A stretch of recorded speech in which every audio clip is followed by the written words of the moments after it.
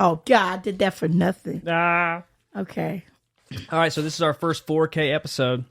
4K, whoop, whoop. 4K. So, we were talking about the Purge. I don't, okay, is it really a purge?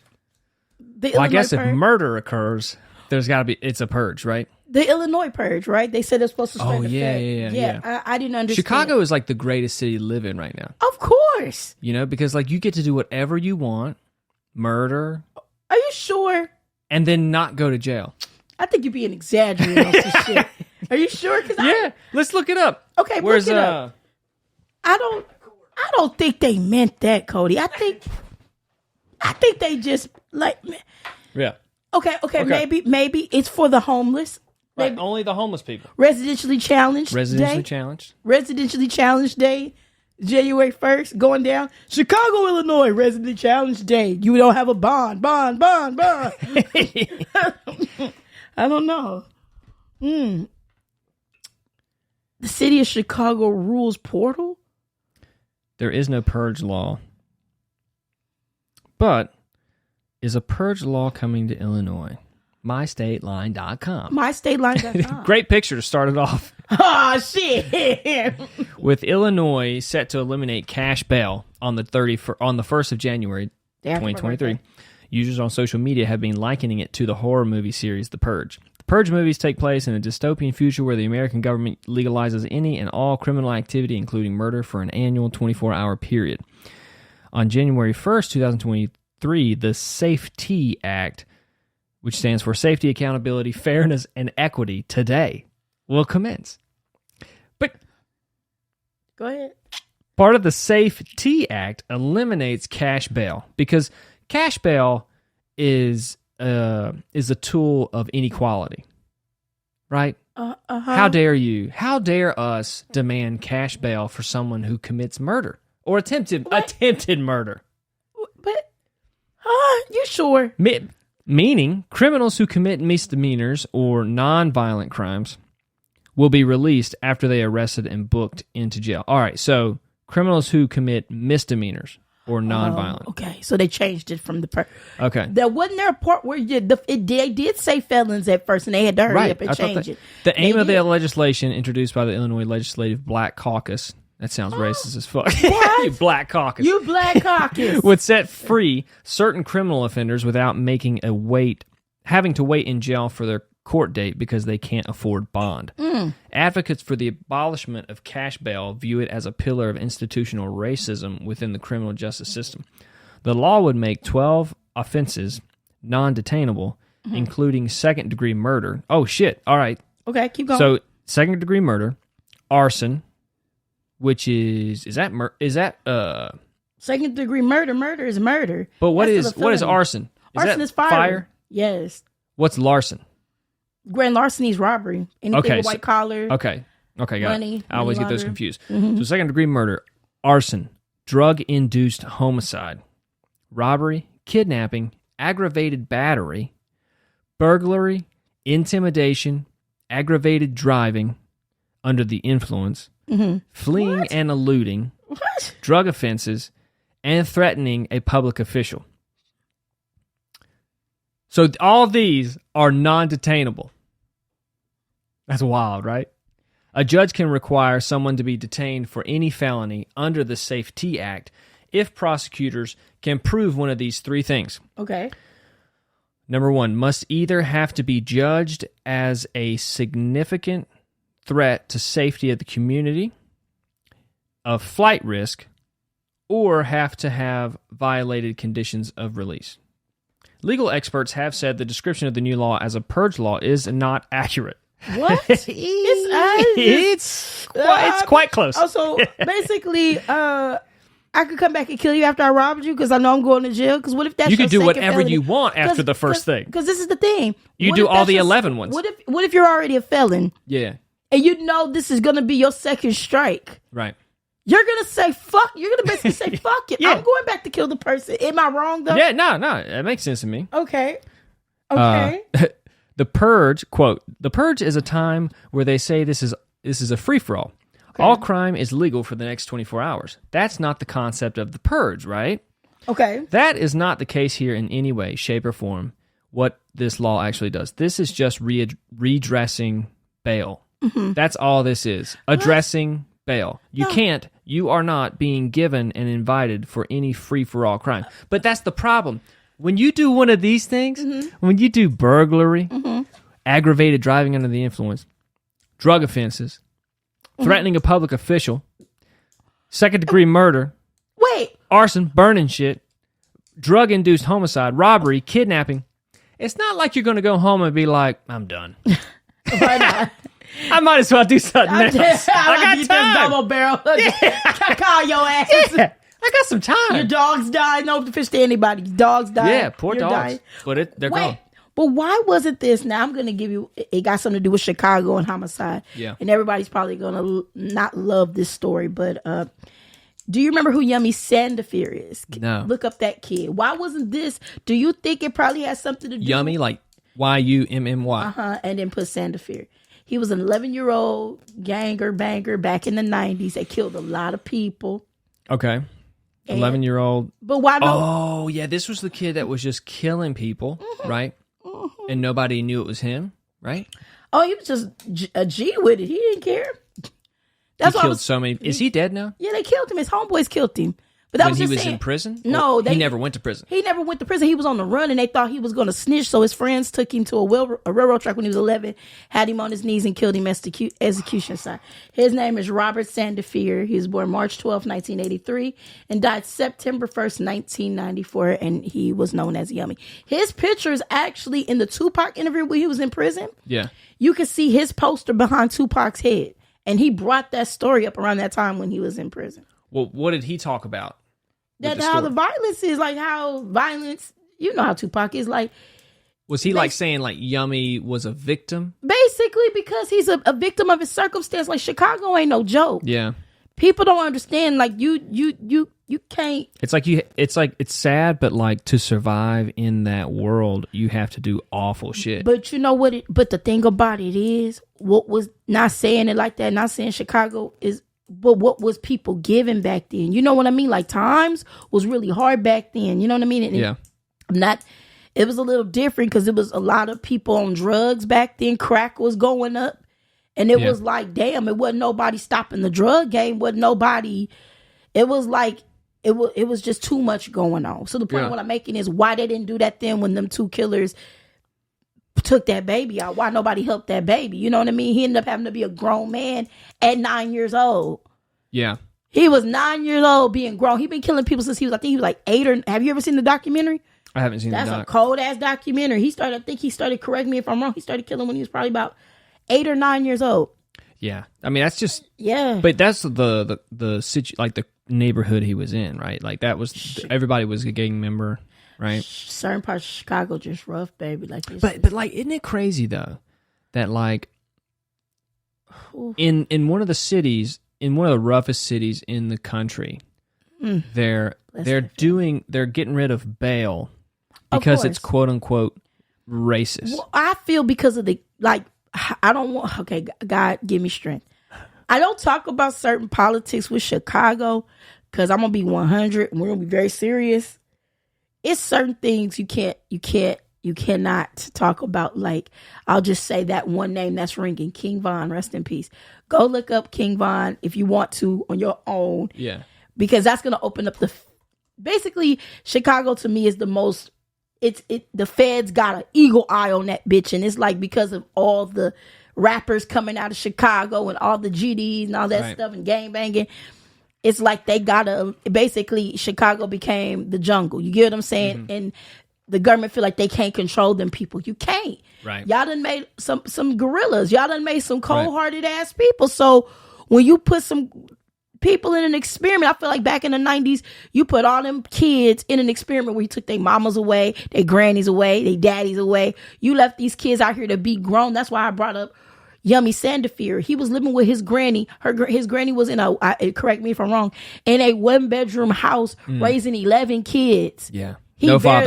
No father, because their mama was all dad. I think his daddy was in prison. I have to go back. But point being, you put an old woman that's like damn near dead, raising 11 kids, Hell, that boy was 8 years old, barely could find food in the house. That's why he started doing. Cause it's like Chicago. The government put people in them predicaments. What you supposed to do when you're bunched up in the house with all your brothers and sisters and everybody's hungry? Yeah, I mean, it's not an environment for prosperity. Yes, it's not. And the government wrong as hell. It's like, okay, so what did y'all do back in the day to make it better? Now it's like everybody got a method on how they got their system going. And the government, in my opinion, feel like they can't control it because they ain't getting a dime out of it. Right. They ain't benefiting from it. The police ain't cracking no cases. So they're like, fuck it, let's just take away the bail law, and whoever's an enemy of it, and that's how I'm looking at it. Whoever's an enemy of an enemy gonna get theirs because we're not in the middle of that. Y'all gonna kill. They basically want to extinct, in my opinion. They think that letting all the people that's doing the bullshit crimes out is gonna eliminate the violence. No, it's not, because you're giving everybody a new system to fuck over more of the system. Right. You dumb fucks. Right. But see, what they're saying is, to me, they think they're doing this as a good for black people. Shit, because they think it's a racist thing. Because most no, racism is a clear definition of what racism is. Right? It's hate of a race. Right. You would wish that they were dead, and you hate them. Ooh, right? Lord. It's hate. Right? Yeah. Now I say shit to you all the time that is not the most loving in the world. It's like, oh my God, Grace, you are this. I say shit, and depending on if you don't like me or not, you might be thinking that, oh man, he might have ill intent towards that. Right. So nowadays, everything is like so volatile with races. Everyone wants to say, well, that's racist, because you're not treating somebody with like, can I say this? I'm like from they're the old fucking school. perfect, right? I'm from the old school. I whoop ass. I keep telling people that. Yeah. No, because it was like. But like, back to the point though. Yeah, back to the point. So like, what politics has become now is like, let's just not appear racist. Okay. Because then they'll vote for us. Okay, like I was saying about ABC News. Yeah.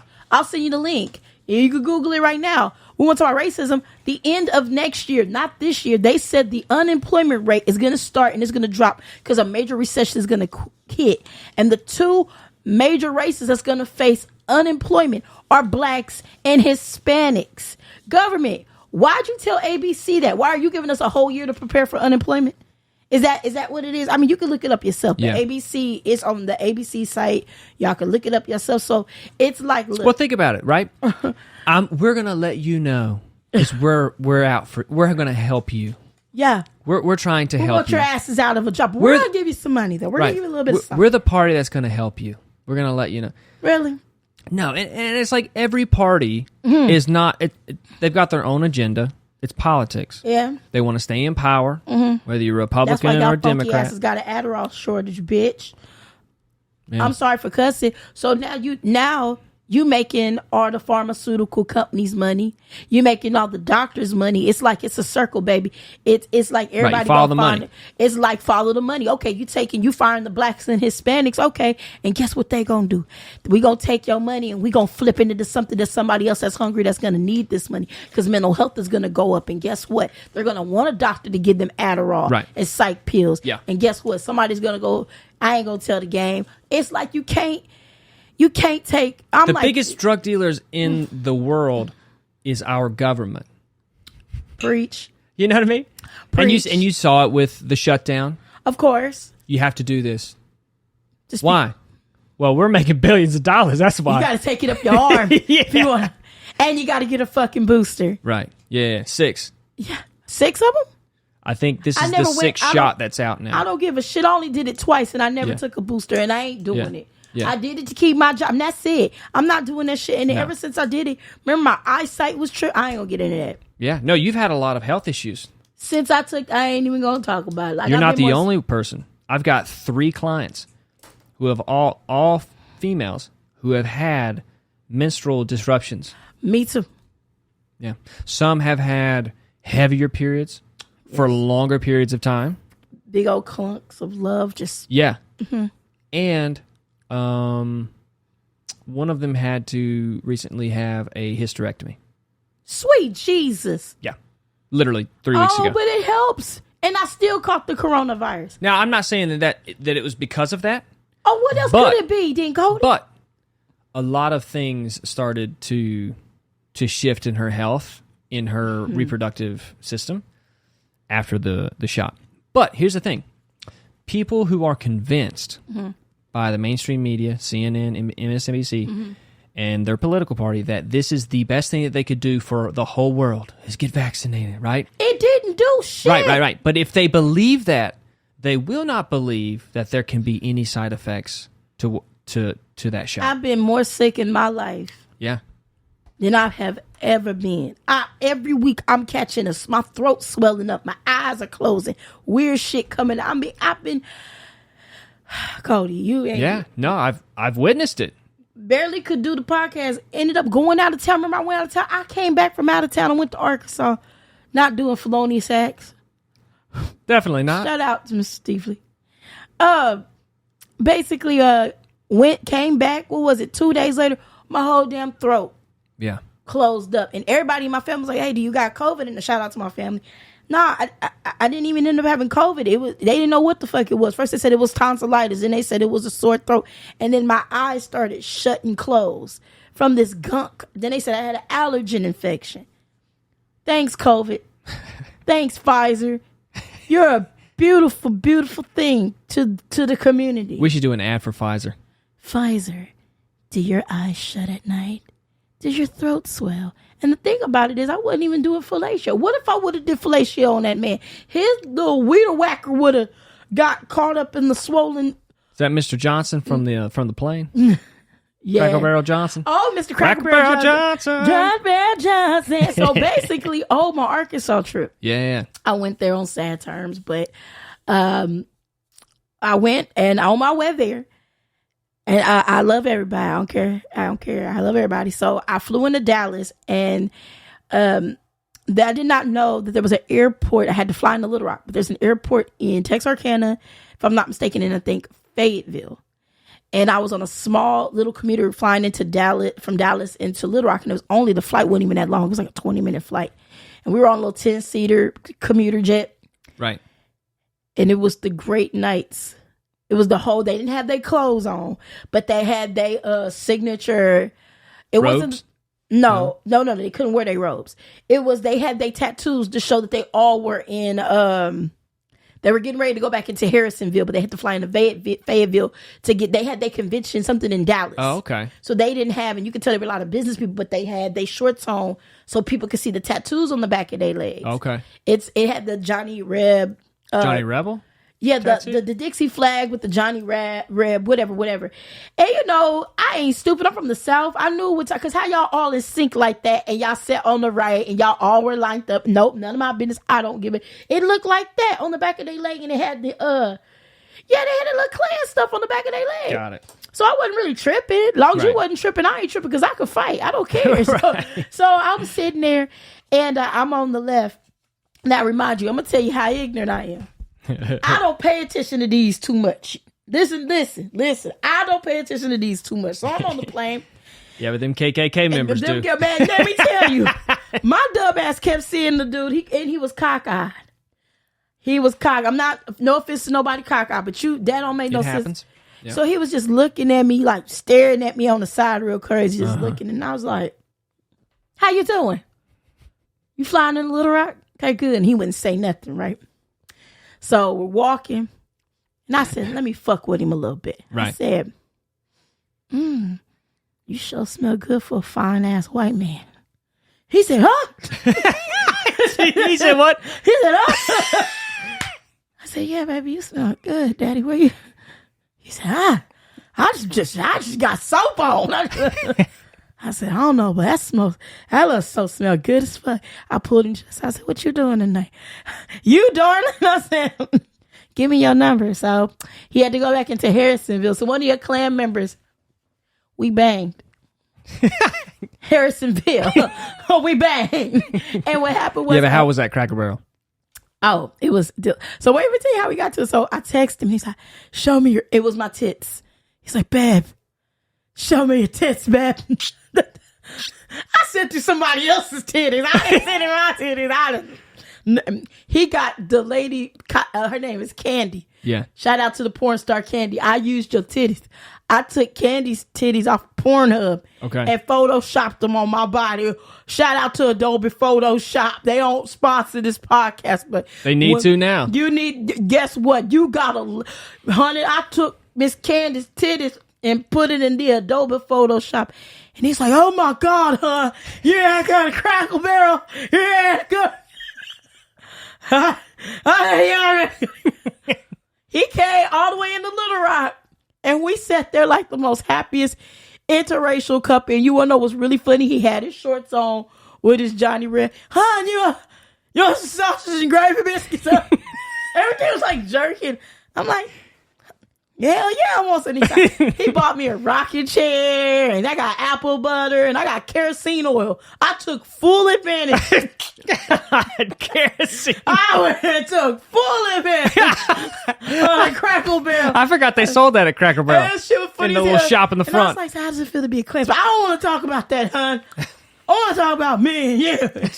And I was like, well, what you want to talk about? So it was an interesting conversation. I said, right. Well, what makes you think I'm a Klansman? I said, you got the little Klansman thing. Right. But I said, your whole little group of friends here. I said, what y'all just, I said, I mean, no harm. I said, what y'all doing a pile up at a hotel? You know, don't y'all go there. I'm old school. Yo, pile up. I thought they was doing some freaky shit at the, yeah. they were piling up like tequila. Oh, yeah. And I thought it was some tequila going on. And he's like, yeah, we were just having our little annual meet. And I said, do your friends know about our interracial love? He's like, let's don't talk about that. Let's just, don't spoil the moment, babe. Don't spoil the fucking moment. Excuse me. Don't spoil the fucking moment. So I was rubbing his leg and yeah, you were. People, of course, I wanted him to experience this caramel delight that interracial love counts. Love lift us up. And he played it. No, he rented a little Mustang and he played that song in the Mustang. And I held his hand while the sweat. He was a sweaty thing. Yeah, you were. Babe. He was nervous as fuck. Yes, he was. He's in Arkansas with a black woman. Yeah, he was. And I said, horny as shit. Yeah, he was. And guess what? We were playing AC/DC. Yeah, you were. We also played. We're on a highway to hell. And then he fucking did a 360 in the Crackle Barrel. The police. Best fucking time of my life. Oh. Babe, I didn't know I swear to God, I don't want to leave you. I'm going to share my text messages next podcast. Oh, my God. Would Please like do. That? Just Okay. screenshot that shit and send it to me. I will. And he's like, I said, send me a picture of your Crackle Barrel stick. Yeah. Bad. A real cockeyed. I told him to send me a picture. So there's a picture of him laid out with his shotgun on his mattress. That's what the boys saying. And let me tell you something. These little hands did black justice in that Mustang. Bad. Black justice. Bad. And he was tired and he was sweating in his chest. And I rubbed his chest and, babe, I want to go to sleep. And he dropped me off back in Northwest Little Rock and we just text from them. There you go. So them hands did some justice. Babe, I can't stop thinking about your ass. I said, Black Power. That's hilarious. Said, babe, you have the smoothest fucking ass, man. Smoothest hand. Shout out to my Klansman love. That's great. So you that's know hilarious. Love has no color when it calls. You understand me? When love comes to calling, you pay the fee for me. Was I prostitute? Maybe. Maybe. Maybe I'm just a big fan of Cracker Barrel. Let me tell you something. He paid for my ticket back home, and I had got the exclusive insurance. Oh, wow. So what happened was I was flying back out of Little Rock. Yeah. Shout out to Zachy, because I don't want to tell the surprise yet. Zachy called me on Labor Day. Okay. Shout out to Apex Zachy. And he was like, you need to come back in LA. We're going to do some things, like whatever, right? So what happened was, I was like, babe, I need to get back to LA. And he's like, can you send me some feet pics? So I went and found Naomi Campbell's feet. Naomi Campbell. I photoshopped them on my body. He said, babe, what's wrong with your feet? Sorry, Naomi Campbell. I said, babe, being out there on that plane, he said, we got to get those feet fixed, man. We got to get those feet fixed. Man, have you seen Naomi Campbell's feet? Is it that bad? Put Naomi Campbell's feet. And it's the ones where she had silver sandals on and her feet was throwing up crip. No. Yeah, I picked the worst ones because I didn't want him to itch. Double corns. Those right there. This one? The ones right there. The silver ones. Not those. Oh, shit. The silver ones right there. Ooh. said, babe, they don't even match your skin complexion. He said, why is this their doctor? So I try to highlight them a little bit. She just fumbles around. She doesn't even walk. That's from all them years wearing them heels. Yeah, it really is. It's the heels. Look at you know that, right? You know that bunions come from heel, like the shoes that you wear. It's not a genetic thing. All right. Yeah, it's all about the shoe because all of our shoes are narrow tipped. Mm-hmm. So if your foot's just too wide of a foot and you're always wearing narrow tip shoes, that will cause your toe to move in. Isn't that crazy? Well, he enjoyed them because I highlighted the shit. He enjoyed the shit out of them. Oh, yeah. So basically, I'm going to tell you guys my favorite airline, even though they're probably not going to support us because I was talking about the Klan. American Airlines. They should. It's American history. Yeah, right. You hear me? Well, American Airlines gave me the best flight experience. I traveled American Airlines from LAX into Dallas, and it only took me 2 hours and 30 minutes. We had a little bit of turbulence, but American Airlines has the best, and I mean the best, like, you won't be on no layover. If you pay for the little $20 insurance, as soon as your flight is canceled, you can rebook within seconds and be on the next flight out. Oh, nice. Best, but the only thing I don't like American Airlines, you charge $30 per bag. And if you pay online and you prepay, it's $39 per bag. And then you cannot pay cash. Let me tell you a couple secrets if you're going to fly out, guys. You have to have a card. They don't take cash. So get you a Go Bank prepaid debit card from the Family Dollar or Dollar Tree. Yeah. I use that because I don't want anybody knowing my real name. So I used that prepaid card and they took the payment. So yeah, it's $39 online and it's $30 for each bag, Cody. Jeez. Yes, but you'll get to your destination quick. Right, yeah. But how I know this was we were in Little Rock and it was lightning there. And the people were scared to push the plane out because they felt like they was going to get electrocuted. So I missed my connected flight. I would have got home like at 4:00 in the afternoon. Yeah. And because I had the insurance, the little $20 insurance, I was able to book a flight within seconds and made it home by 6:00. That's not bad. American Airlines, you did that shit. Southwest Airlines, I'm going to talk about y'all real quick. I was looking for flights. And Southwest is very reasonable on their tickets. Yeah. But I feel like if I'm going to pay $400 a piece, because I ain't going to lie though, American Airlines told my ass up, that ticket came up to almost maybe like a G-ball. Ooh. Because it was like $400 and something each way. Mm-hmm. And I had to pay somebody back their $700. So I had to hurry up and get back into the city. And because I had borrowed $700 to have a little bit of pocket change. And then I had the dude pay my ticket coming back. Thank you, honey. And point being, Southwest was trying to charge me the same amount, and my flight would have been 12, 13 hours. I would have been stuck in another city overnight. Southwest, y'all have to do better. American was the only airline that got me into, so yes, fly American. Tell them Grace sent you from the Cody Lowe podcast. American Airlines. Yeah, rock. They really do. That's awesome. Yeah. I really love American. I don't give a shit if it's an emergency and you want to go have a cup of tea. You'll get there quickly. I always pretty much do American. American is the shit. Like, and then you get. I'm gonna teach you a trick. You could get 1 hour of internet if you watch a 20-second ad. Don't pay for the internet. Oh yeah. Yeah, you can watch it back to back. The max is 1 hour though. That's and then not bad. If you wanna, and then that's half your flight, and then you're not gonna think about it because you got like an hour left in your flight. Right. So yeah. Take a card with you if you want the El Carte. And I also like the little biscuits. They had the little, the bougie. Oh, yeah, the biscuits. Biscoffs. Biscoffs, yes. The biscoffs with the orange juice. Oh, yeah. And then the bathrooms. Yeah. They kindly space them out.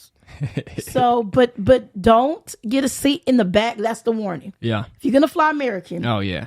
Not near the Do not bathroom. Get it near the end. Like, if people they don't pay attention. Let me teach you a secret. Do not book your seat in the back. There's a lavatory. You're going to hear people farting and all that. And you're going to smell. Oh, yeah. Get a middle seat. Get one, maybe 3 rows before the next one because there's one in the back, one in the middle, and one in first class. They're not going to let you go in first class. I'm telling you right now. Don't be like that man. The man who punched the dude. Did you see that? It went viral. Put in... man hits other airline stewardess in the back of the head. He wanted to go urinate in first class, and he basically Macho Man Randy Savaged him in the back of the head. Oh, jeez. And they had to handcuff him, duct tape him.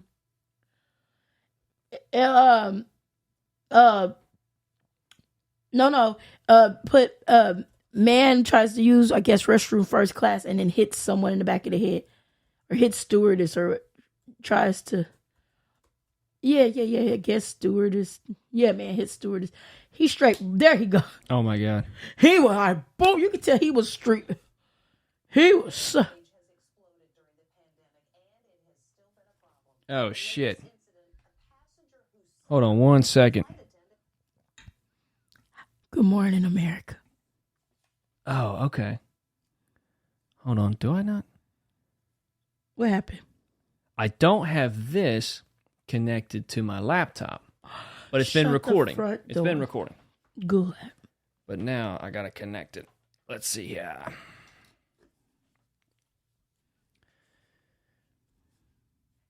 All right. Oh, he's coming in hard. Let's see. All because he wanted to go pee in first class. That's it. That's all I wanted to do. And they were like, no.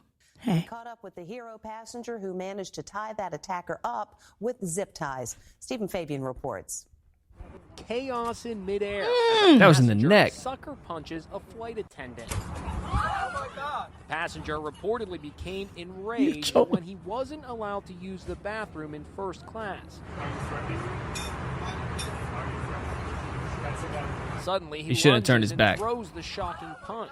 Fellow passenger Barry Livingstone recorded the outburst. It was horrible to see, and the first thing you thought was the pain that this man was going through, but then realizing as he turned around, he could come for any one of us that were sitting there. The plane was headed from the resort town of Cabo San Lucas to... Who thinks that they can get by with punching someone in the back of the neck? On a plane! Where are you going? Did you see him tied up? No. Let's see. No, motherfuckers, I think they can fight. In place zip ties around the wrist. Another flight attendant stands by with duct tape just in case. Reports of violence in the air. They taped his ass up. Somebody. That's hilarious. Surge. Most notoriously, this incident in which a female passenger punched out a Southwest Airlines flight attendant and broke her front teeth. It's really crazy that something could happen at any moment, and I think people just need to be aware not to let your guard down. Here's the thing. Why aren't you aware? Like, I'm so aware of like physical confrontations that are possibly going to happen all the time. But some people just go through life thinking, nah. I'm not going to get my ass That's whipped. just in movies and on the news. And the news isn't even real. The thing about it is people don't whoop ass no more. People more mouthy. I think, like I was telling my students in Horizon. Right, yeah. Remember she was like... All those students of yours, huh? I love my students. Yeah, you One do. of my students was like, the worst experience I had on the airline is that I asked for water and the lady just gave me a cup of ice. And you know exactly what I said. Yeah. I said, you should have knocked her motherfucking ass dead in her goddamn head. You get a gallon of water next time. Yes, you will. I mean, it's like this. You don't let nobody. I posted something on my story, right? And it got something to do with standing up for yourself, right? People will run over you if they know they can. Yeah, sad. And that's a sad world. Like, I think it's a lot of depressed people more in the world because people don't kick ass like they used to. Yeah. Back in the day, you would know dead in your heart not to walk up on certain people and say certain shit. Like, damn, okay, I know I'm not no punk, but I'm not going to go up to this person. Yeah. It was a respect thing. People don't have fucking respect no more. Yeah. All right, I had said on my Instagram, if you talk about me, you can never ask me for a motherfucking thing. Your house can catch on fire and your shit can burn up, and I will watch you in your homeless situation. We're raising money for Elizabeth. Fuck Elizabeth and her birth. I wouldn't give you shit. Right. Why do I have to help you because you talking about me? Right, yeah. You don't know. Don't let people get away with that shit. Just be respectful. And I said, if you talk about me, you can never ask me for shit or ask me for nothing. God bless you. And kept it moving. Yeah. And it's like, I know how I am. Yeah. I'm not going to let you, like, I'm getting older. I don't feel like fighting anymore. But I help a lot of Sure. Man, I'm getting tired of hitting people in their motherfucking mouth. Like, it's getting to the point. Delivering black justice. Black justice. Like, my hands are fucked up from hitting people in the mouth. Like, when you get old, it catch up with you. Yeah, like, it does. And I got arthritis all in my knuckles. People be really thinking I don't fight, and I tell people, look at these ugly ass heads. I don't get my nails done because I know somebody. This is what happens. Okay, I'm not gonna lie. This is something I do, Cody. I don't know if you ever caught on to what I do. Not me. If I don't know people in my circle, if I don't know, let's say if I'm somewhere, and I don't know these group of people, I'm gonna play like it's something wrong with me all day. Oh, you go full retard. I'll go full fledged on that ass, like, oh my God, like. So what happened was it was a lot of people who thought I was because you don't trust people you don't know. I want you to think I'm dingy, so I'm learning and I'm learning and I'm learning, and then what happened was when people get too out of hand. Okay, I was in a situation. I wasn't even gonna bring this shit up. I'm not even thinking about it, but I'll go on it. I got into it with a certain somebody, and this person didn't even know me. Didn't know me from a can of paint, and they said 4 little words. I ain't gonna say what these 4 little words were because my family be watching it. What is your name? No, motherfucker. That was like, because we were in a situation. Sometimes I feel like it's kind of easy to set you off. No. If someone doesn't know because we were in a situation, because I can't talk about it. I'm the same way, though. Well, we was in a situation where it wasn't even a normal situation, and this person was antagonizing a person. Right. Okay, I'll change the scenario a little bit. If you're sitting at a place that you know everybody can get a charge, and there's police at the fucking door, and you're antagonizing a person that's in front of the police, and the whole house is lit with shit. Oh, yeah. I'm like, all I simply fucking said was, I don't have no bail money, and this motherfucker started going left. Bop, bop, bop, bop, bop. Fuck what he was saying. He said 4 little words. Motherfuckers was right about you. You just want sympathy. I said, this motherfucker done fucked up. I said, what you say? You said what? I fuck all of us. Or me and him was going at it. Oh, you don't know me. You better ask motherfuckers about me. I don't need to ask nobody. I want to know who the fuck is these motherfuckers that got a problem with me that you don't even know me. Right. So where you getting off? And I said, you in my head, I'm like, this motherfucker can't hold water. So whoever the fuck was talking about me to this dumb motherfucker, because we were in a situation where it wasn't time to be. You can't even hold water. You can't even hold fucking water. Because I don't care who get mad. I'm just going to be straight up with the fact. We was in a situation where if it would have went down, I would have had to call you and Courtney like, hey, I need to get the fuck out of jail. Or I need help getting me and these certain people. I would have had to call y'all because y'all the only people I know that would get me out of a situation. We just need to go to Chicago more. Man, look, so this motherfucker, the police standing out there and he's antagonizing this person. Stupid. Oh, this motherfucker just looking at me. Why are you trying to argue with a whole bitch that's out here with the police and you got shit in this house, going on? And all I simply said was, it got something to do with talking about me. I already knew when I got there when I was going to get into it. I wasn't tripping. I didn't argue with nobody. I stayed outside most of the time. I'm going to just talk about my experience when I was in Arkansas. So I was sitting and all I simply said was, because the day before I got into it with somebody, I don't even want to talk about that, but I got into it because people don't know my perspective. Right. You can't do certain shit to people in my family and expect me not to say shit to you. Yeah.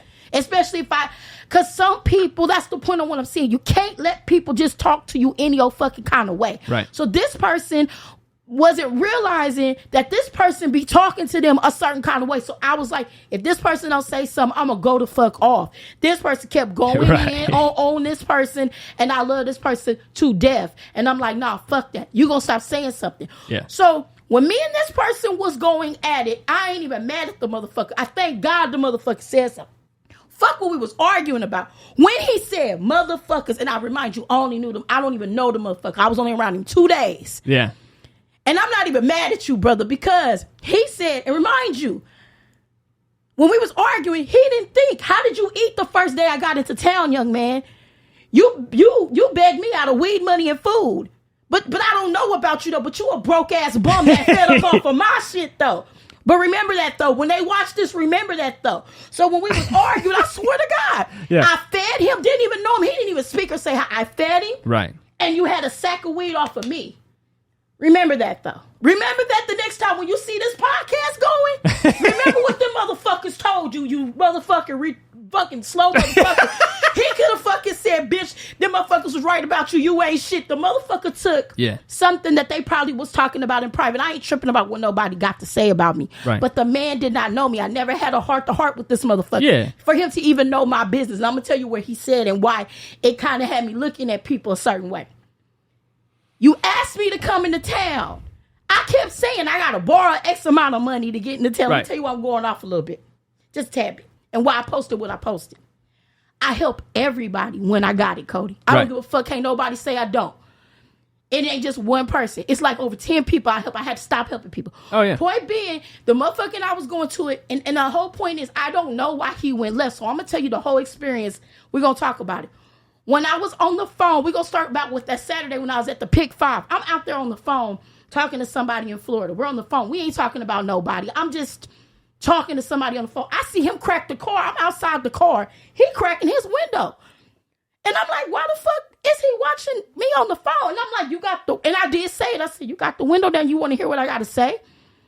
It was like I was being watched the whole time by this person. So when this motherfucker started arguing with me, he was admitting that he was watching everything I was doing. Oh, you getting into it with everybody and you're saying shit. I wasn't getting into it with everybody. I got into it with you because you kept saying certain shit to people and wasn't nobody saying nothing to you. Right. Somebody should have put you in your place, but nobody does that because everybody's accepting you because you deal with a certain person in my family. But remember, every time I got asked for money, it went in your pocket, though. Because Cash App's a motherfucker, young man. Every time I got asked for $40, $50, it went in your little weed pockets. And you don't even have a job, but I don't know shit about you. I don't want to know shit about you. So he said, motherfuckers was right about you. So I stopped him. And I swear to fucking God, I was like, who is these motherfuckers? I said, my family ain't talking. I know my family. And that's exactly what I said. I know my family ain't sitting up talking about me to you. I just got into this bitch. Right. Why is anybody even saying? And that was the point I made. So I had to say something. So I was quiet when I left that bitch. I didn't say nothing else. I was quiet and I made a vow. I said, I'm only going to be good to everybody that's been good to me. If you showed me any hospitality in my life. Right. But what I cannot behoove, can't fucking even wonder why I'm coming out of anybody's mouth while I'm there. So wait, I'm outside. Here's another incident. My niece drags me outside. Me and her going at it because of some she wanted to talk about. Yeah. And I look, and mind you, it's mosquitoes and it's hot outside. You're supposed to have the air on. The door supposed to be closed. I see the goddamn back door open. Yes, I know that y'all having the back. Y'all wanted to know what we was talking about so bad. Why y'all just didn't come outside? I want to let everybody know in the Arkansas video, I noticed everything and didn't say shit. Why is it that I was being watched and talked about? And then when I asked people, do you want to talk about it? You want to pick a field and whoop my ass? No one did so. Y'all decided to talk about me in a group chat. I'm not mad at that. That comes with me coming home every year. Yeah. Every time I go home, Cody, it's always something. Oh, I bet. Of course, I'm a problem. I want sympathy. And I'm like, this motherfucker should have said something besides sympathy. That's how I knew they was talking about me. And let me explain why they said I want sympathy. I lost my parents when I was young and got sent to California. My dad was dying and my mom walked away. That's not sympathy. So I hope none of y'all lose y'all parents young. That's some sad shit. Yeah. So what happened was when I was younger, I decided to defend myself and I did what was right for me and stood on my motherfucking 10 toes and I was done with it. So it caused a rift at that time between me and certain people in my family. Okay, I was done with it, moved on with my life, stayed in LA. I never begged nobody for nothing. I don't call and tell nobody no sympathetic shit. Yeah. So what happened was, I think I kind of know where he got it from because I was explaining to these two people, if you ever want to come to LA, can't none of them not say I said that. Y'all are more than welcome to come. If you ever want to get on your feet, I got a place to stay. Hell, you could come out here. And this is an opportunity for you to come from Arkansas. Yeah. So when me and this motherfucker was going at it, and I'm not mad at him. Mm-hmm. But when I asked him who was those motherfuckers, do you think he opened up his mouth after that? He got real quiet. And everybody was like, I want y'all to stop arguing. But yeah, I'm supposed to help you. Right. I came home to see everybody. And I had to go outside to play with some kids to keep out of shit. And still ended up being in shit. Right. But I'm wrong if I bring this up. No, I'm not mad at nobody. What sympathy do I want? All I simply told the people, that's where he got it from. I told him and her in this conversation. If y'all love each other, all y'all got. If you need help, I said, you don't want to be like me where you have to be out in a city by your fucking self with no help making it. What sympathy is that? I don't want a sympathetic motherfucker will be out here begging, but can't nobody in fucking America beside you probably. Yeah. And Courtney probably. And my sister Keisha can ever say, and this is California, can ever say I asked nobody for nothing off of Cash App. but I want sympathy. But think about if I showed you my motherfucking Cash App right now. Yeah. Over 3 bands sent the fuck out for all sympathetic conversation. I need this. I need that. I need help. But I want sympathy. Yeah. Was I sympathetic when I shot different people all this money? Mm-hmm. But when these people was talking about me, did you say that to that person? Right. No. No, you're not. So we can have the war. We can have it right now. Because Cash App is a bitch. And you won't never see me asking nobody I ever gave the money to. When I give you something, I don't want it back. But why? The bigger question is, why was I a topic when I got there and y'all all said in my face? Some people just don't know how to not be petty. It ain't even about being petty. It was like I tried my best to keep my mouth because I only got into it with 2 people there. And the 2 people I got into it with were 2 people picking with this person I cared about. And I felt like nobody saying shit. So the person who said I wasn't tripping on, but when he said that motherfuckers said you wanted sympathy, that took me back to a place like, well, damn, I told y'all before I got here, I didn't want no shit. I'm borrowing money and I want peace. Yeah. I don't want to come here arguing about some old shit you stuck back. I don't even know what some people live their entire life in the past. They can, but they can't get a dime up off of me. And they can't let it go. And because that's their identity. And if they let it go, then they don't know what to identify in. So they just keep that shit festering. Cody, let me say something to you. And that's why I want people to know this shit. Tell motherfuckers no and whoop some ass. I'm telling you, like, I'm not, don't argue like with nobody. Like if you gotta cut people off, just cut them off. Cut people off. I know. I'm there. Because it's like this. People will 50 cent and dollar your ass to death. People will sit there and blame you if you don't be there by their side. You gotta live for you. Times are hard. Yeah. Times are super fucking hard. Well, I mean, life is hard in general, and a lot of people want like just give me money. And it's like, well, how about we talk about like what we can do to make more money? I wasn't tripping on that because when I went home, how many people can sit there and say they offered? Ain't nobody never offered me a home nowhere but y'all. Yeah. Like, Grace, if we move out of state, come with us. Yeah. But how many people in my state, since we talking about Grace, I offered everybody there in Arkansas that wanted a chance. I said, if you want to go to college, you need somewhere to go, you want to start over. How in the fuck did he comply to me wanting sympathy? You know what? I don't think that... The fuck? I don't think a lot of people can accept that some people do wish good for other people. Because they can't. Because they're so selfish. Because like you want... When you meet people, when I can tell your family and your friends, like you want people to succeed. I sure in the because hell you do. believe that that's possible. A lot of people don't even believe it's possible for themselves. So when they see you act that way, they're like, that's bullshit. She wants something. Yeah. She wants some sympathy. She wants some, she's going to be acting because they can't do it themselves. But my whole thing is this. It's sad. I was really sitting there minding my fucking business. And my whole thing is that I wish to God I wouldn't have never said nothing. But I'm not mad at me and the young man wasn't getting it. Yeah. We were in, and I'm not going to stress it because I already know they're going to take this podcast and I don't give a fuck at this point. Because y'all shouldn't even be running your fucking mouths. We got the police standing in a situation and you talking too much and you're doing too much. And I don't need to be calling nobody, coming up with money I already don't have to get bailed the fuck out and whoever needs to get bailed out with me. Right. Because I still would have to pay on that bill. And he was taking it as offensive. I was saying something negative. I'm just saying, I'm explaining because when they watch this podcast, they're going to run with it. Yeah. No, that ain't it. Yeah. That ain't it. I was simply saying I don't have bail money to get all of us out. Oh, right. You don't motherfucking know. And he was going in and I'm like, why was he this comfortable? That means y'all had to been talking about me to this man. Because he was like, oh, I was watching you. And I'm like, so I came here basically to get talked about. I could have stayed the fucking home. Well, I mean, you think about it. Like, what the fuck? When you go back to a small town, like you and I are from, man, and you live in LA, it's like, people look at you as like, oh, well, you live in LA, so you got shit. No, the fuck I don't. You know what I mean? No, and it's like, not necessarily. No. A lot of people living in LA are just struggling to get by. A bottle of fucking Coke is $4 depending on where you go. A Coca-Cola bottle. Damn. The thing is, and I want to say this before everybody takes it and go, I don't have a problem. Let me clear this up because I know how this is going to go. I don't have a problem with the young man. Yeah. I don't even have a problem with, for anybody talking about me. Right. the whole thing at the end of the day was going to happen. Whoever the fuck are these motherfuckers that he said, because he clearly said fuckers with an S. He clearly didn't even say the name. He hurried up and was quiet. Y'all cannot ask me for nothing. And I wholeheartedly mean that. I don't know who they was, don't care who they was, but that means it's sad because it's like, I don't want sympathy because I don't even call nobody. I swear to God, Cody, you even know that I barely call you. Yeah.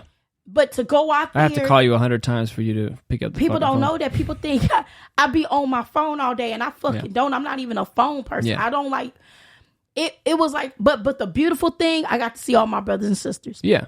But the thing about it was, I don't have no problem with the young man. I don't have no problem with anybody in my family. It's just, why the fuck did I have to come home? You could have called me on my phone and tell me how you felt, and I would have kept my black ass home. It's like the point of what I'm making, the people stand up for yourself. Don't let nobody get away with nothing. Yeah. Because the moment you start laying down for bullshit, you'll lay down for anything. Yeah. And I don't have no problem with nobody, but y'all really need to keep me out of y'all conversation and y'all mouths. Like, yeah, it's tough because, like, you know, you don't want to. It's like sometimes it's not the fact that you have to stand up for yourself. It's almost more, you just can't be around that person anymore. And sometimes those people are your family members. But I want to help, and that's the thing. And like, you want to help them. And I wanted to help because the thing about it is, it got something to do with my Aunt Patsy. May she rest in peace and may she bless her soul. Her husband was in the Navy. My Aunt Patsy came out here in the 50s. And she offered everybody in my family an opportunity to come here and change their life. 2 of my sisters came out here and did good with themselves. Yeah. Why can't I be like my Aunt Patsy and do the same thing for somebody else? But now I can't do that because the moment one of y'all walk in my house, you going to talk. My house ain't even a bad looking house, by the way. But you're going to talk about how I treated you. That little conversation that young man said, that means I can never let nobody come to my house because I'm going to be scrutinized the moment you come in my door. Yeah. I cannot. And it's sad because that's a parenting problem. That's his that's his parents. Hey, you know what I mean? Like when you think about it, like I would never say something like that to somebody. But why would you be that? And my whole thing about it is the people that were like, oh, I want y'all to stop arguing. Y'all really tripping off of an argument, or you tripping at the fact that he blasted y'all ass? Because that means you can't say nothing around, even if it was a private conversation. I'm not even mad. You're entitled to have a private conversation. But it took me and him to get into an argument to find out how really people around me felt. Damn, I wasted a G-ball for nothing. I could have. Right. It's sad because it's like I really am rooting. So the new rule is if you in college, you can come. I even told my nephews, shout out to my nephew Dylan, he plays for Oklahoma. I tell all of them, as long as you in college, you can come now. That's the new rule. Yeah. You ain't in college, you can't bring your ass to my house. You ain't even got a college, you cannot come to my house. I don't give a fuck, you grown. You can never come live with me. Because it's like when he said all that, it was like, and then he had to hurry up and be quiet because he's a tough motherfucker. He's tough as shit. But when he realized what he said, it was a trip because that really hurt my feelings. Like, it's like, damn, like I told y'all before I came, I don't want to deal with A, B, C, and D. Oh, you're not going to deal with A, B, C, and D. Yeah, you just can't get away from it. And I'm like, why is it that I took, and then I noticed some shit was going down because I couldn't stand outside and talk to nobody by myself. I saw every door cracked. I saw every window rolled down. And I'm like, damn, like, I'm trying to get away from y'all starting shit. Every time I was sitting there, conversations were, it was the point of what I'm saying is I could have been my California self and clicked and went the fuck off like y'all know I would. Yeah. But I'm like this. You only here for a certain amount of time. Get your ass out and go home. Yeah. Do what you got to do. And whoever I feel is in school or got a career, you're more than welcome to come. Other than that, no the fuck. You talk about me, you can't get shit from me. Right. Ever. Yeah. Ever. Cody. Yeah. Well, I mean, I know that you got a big heart, and the little that you can give, you want to give, and I get that. And it's a hard thing switching because I've had to work on myself doing the same thing, is like not giving as much. Wow. Because I just want to help people because I believe in my own growth. Yes. I believe that I can do things, right? And so when I see other people, I'm like, well, you can too. Yes, that's how. But some people hate the fact that you see it and they don't. And I think it's like you help them, and they take advantage of you, and then they make fun of you, and then they talk shit about you, and you're like, well, I thought we were equal here. I didn't think that you were up here looking down on me. Hey, Cody, you want to know And something? so it's like, it's a horrible way to like realize that you need to like not help other people so much. But it's like I've had to learn like a different way of helping people. It's like a slow process of helping someone. I can't just like help someone with like the biggest thing in their life that they need, you know? Yes. And it's like, it's almost like a conversation can sometimes be the best help that you can give somebody. Yes. Because you'll figure out more about how they really feel when you're like, man, I feel like if they moved, their life would be a lot better. And then you're like, well, maybe I shouldn't help them move. Maybe I should just talk to them and like help them realize what they need to move from and like how and why they need to move. And then you talk to them and they're like, yeah, I don't like it here, but I'm never moving. And you're like, hold up. Wow. Okay. I'm glad I didn't go out on a limb and try to help you. But can I say, you know what? But the thing that it taught me that I'm only going to be good to the people who've been good to me. Like my sister-in-law, shout out to my brother Tutum and my sister-in-law, Betsy, love her to death. That's always going to be my sister-in-law. I told myself if I ever make it, her and my nephew, Javon, shout out to Javon, because they watch our podcast. Yeah, nice. I told Javon. Nice. Shout out to Bonbon. And I told him before I left, and this is exactly what I told my nephew. God be my witness. I said, think about what you really want. You got a month. I said, think about, because let me tell you something. He's trying so hard. He gets his ass up and he goes to fucking work. I ain't going to say where he works because I don't want nobody in Arkansas stalking him. But he gets up every day and he has a hard-ass job he does. Mm-hmm. He finally got him a house, you know. And I said, let me know, because my goal is I want to help him get into real estate, even though he didn't ask me. But I want to be that auntie to leave him something. Sure. My sister-in-law, she helped raise me. And before she died, I don't want her to ever go. But I want to get her a house before she hits a certain age. Mm-hmm. Her own condo. Sure. I want to drop her a bag full of money because that woman didn't even have to raise me. That woman raised me out of the kindness of her heart. My nephew, Javon, why I want to help him so much. Yeah. Because when I was there,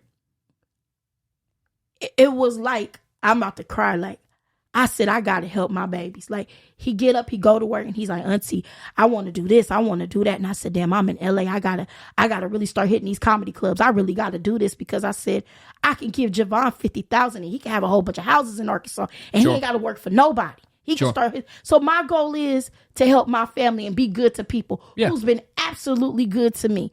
And that's the goal. Be good only to people who's been good to you. The rest of the other people, fuck them. Yeah. Don't worry about them. So Betsy and Javon, let me get my money up a little bit. I got you. Because it was like, when I mean that woman is a saint. Yeah. And Javon, I mean, help people. I'm just quit talking about him so much, I'm about to cry. But I want to do good. I want to start doing stand-up because I want to help the people who helped me in my life. So whoever was talking about me, not to reiterate, telling this young man I wanted sympathy, you don't never put down somebody that lost both of their parents. I lost both of my parents in the same day as a kid. Yeah. That ain't sympathy. That was an act of God. It is what it is. And if you think I'm begging for sympathy because I lost both of my parents as a kid and had to come way to LA and technically raise myself, then damn, that's how you always thought of me. Yeah. And I'm not tripping about you having that opinion, but damn, I'm glad that it did end up that way because guess what? I made it in LA. And I don't need help from nobody. Yeah. My life, and you know that, Cody. Yeah. Not to tell my business. Don't I always have, long as you know me, have I always had a roof over my head? Yeah. Okay. Do I have roommates? No. Okay, then. There you go. Yeah. Do I ever call you and be like, hey, my shit's sitting in red? No. Thank you. So I'm doing something right, right? Okay, then. Yeah. So I and you know what, my house is still open, but it's like, be good to people that's good to you, y'all, and don't let nobody stress you out. And then on relationships, that got something to do with relationships. Don't settle for shit in relationships. That's before you start dating somebody. I just learned that recently, and I'm fucking 37 years old. I ain't dealing with shit. I started seeing somebody and I started seeing red flags, and I had to start saying, oh, no, this is too early. We ain't even been together a month yet. We arguing. Yeah. Hell no, I don't see no future with you.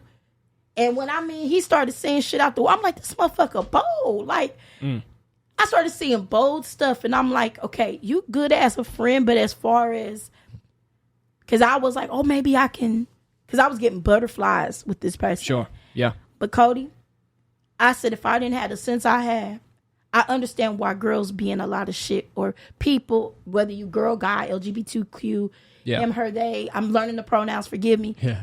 You don't settle. If you start seeing bullshit in the beginning, fuck all that. I feel this in my heart shit. God gave you common sense. Yeah. If you see shit walking out your house like a phone charger, okay, Cody, I'm giving you like hints. Phone chargers walking out your house. Your weed pens coming up missing. Weird shit. Yeah. Weird shit. Thievery. Goddamn Baltazar. Balthazar, been thievering it. Thievering it. And now he wasn't a thief. Y'all Baltazar not a thief. But it's like, I don't care what it is. Yeah. You nip shit in the bud. Yeah. That's what dating is about. You got to get to know, could you really see yourself? Can I see myself with this person? Friendship, yes. Yeah. Oh, wait. Then I've been getting propositions from people. Cole, listen. Okay. You listening? You hear me? Yeah. From a lot of people. We should do a podcast. Oh, I bet. Now? You want to do one now? I think we'll go great because I'm going to write all your jokes. Oh, my God. Cody, Some people. I went on a date with somebody. No. I didn't think they knew. Facebook got dating, right?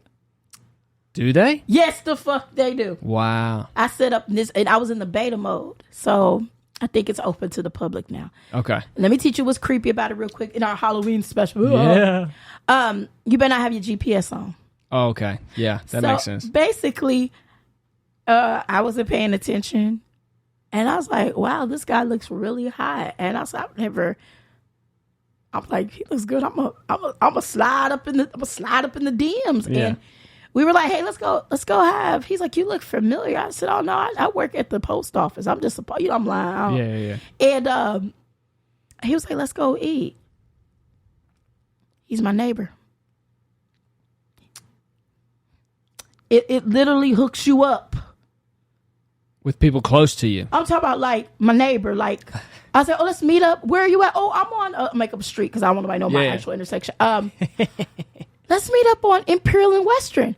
Okay, let's meet up on Imperial and Western. Yeah, that's close. By the sheriff's station. Yeah, I know that place. Walked outside. Hey, wait. Hold on. You're already here? Wait, how'd you do? I just stepped out my door. Okay, fuck no. Fuck. Yeah, I watch your podcast all the time. Zuckerberg. It's Zuckerberg. What you mean you watch my podcast all the time? I be hearing you when you play on your Oculus.